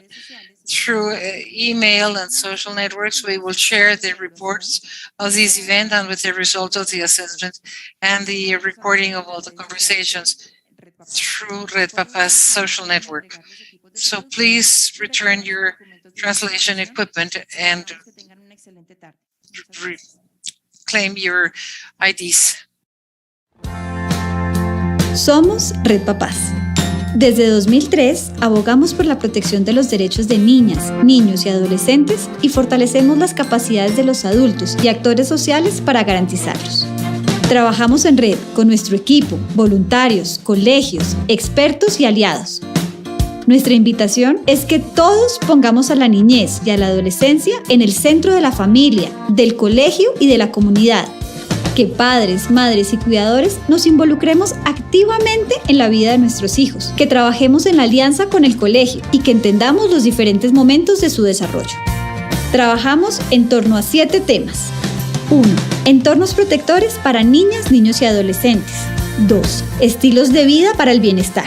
3. Uso seguro, responsable y constructivo de las TIC. 4. Afectividad y salud mental. 5. Crianza y educación. 6. Educación para la convivencia. 7. Inclusión, respeto y valoración de la diversidad. Para lograrlo, realizamos ferias, conferencias y cursos presenciales y virtuales.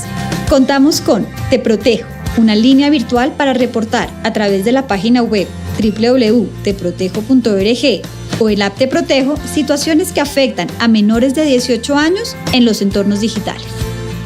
Aprendiendo a ser papás, disponible en www.aprendiendoaserpapás.redpapás.org con recursos virtuales con investigaciones, artículos y herramientas para desarrollar competencias parentales.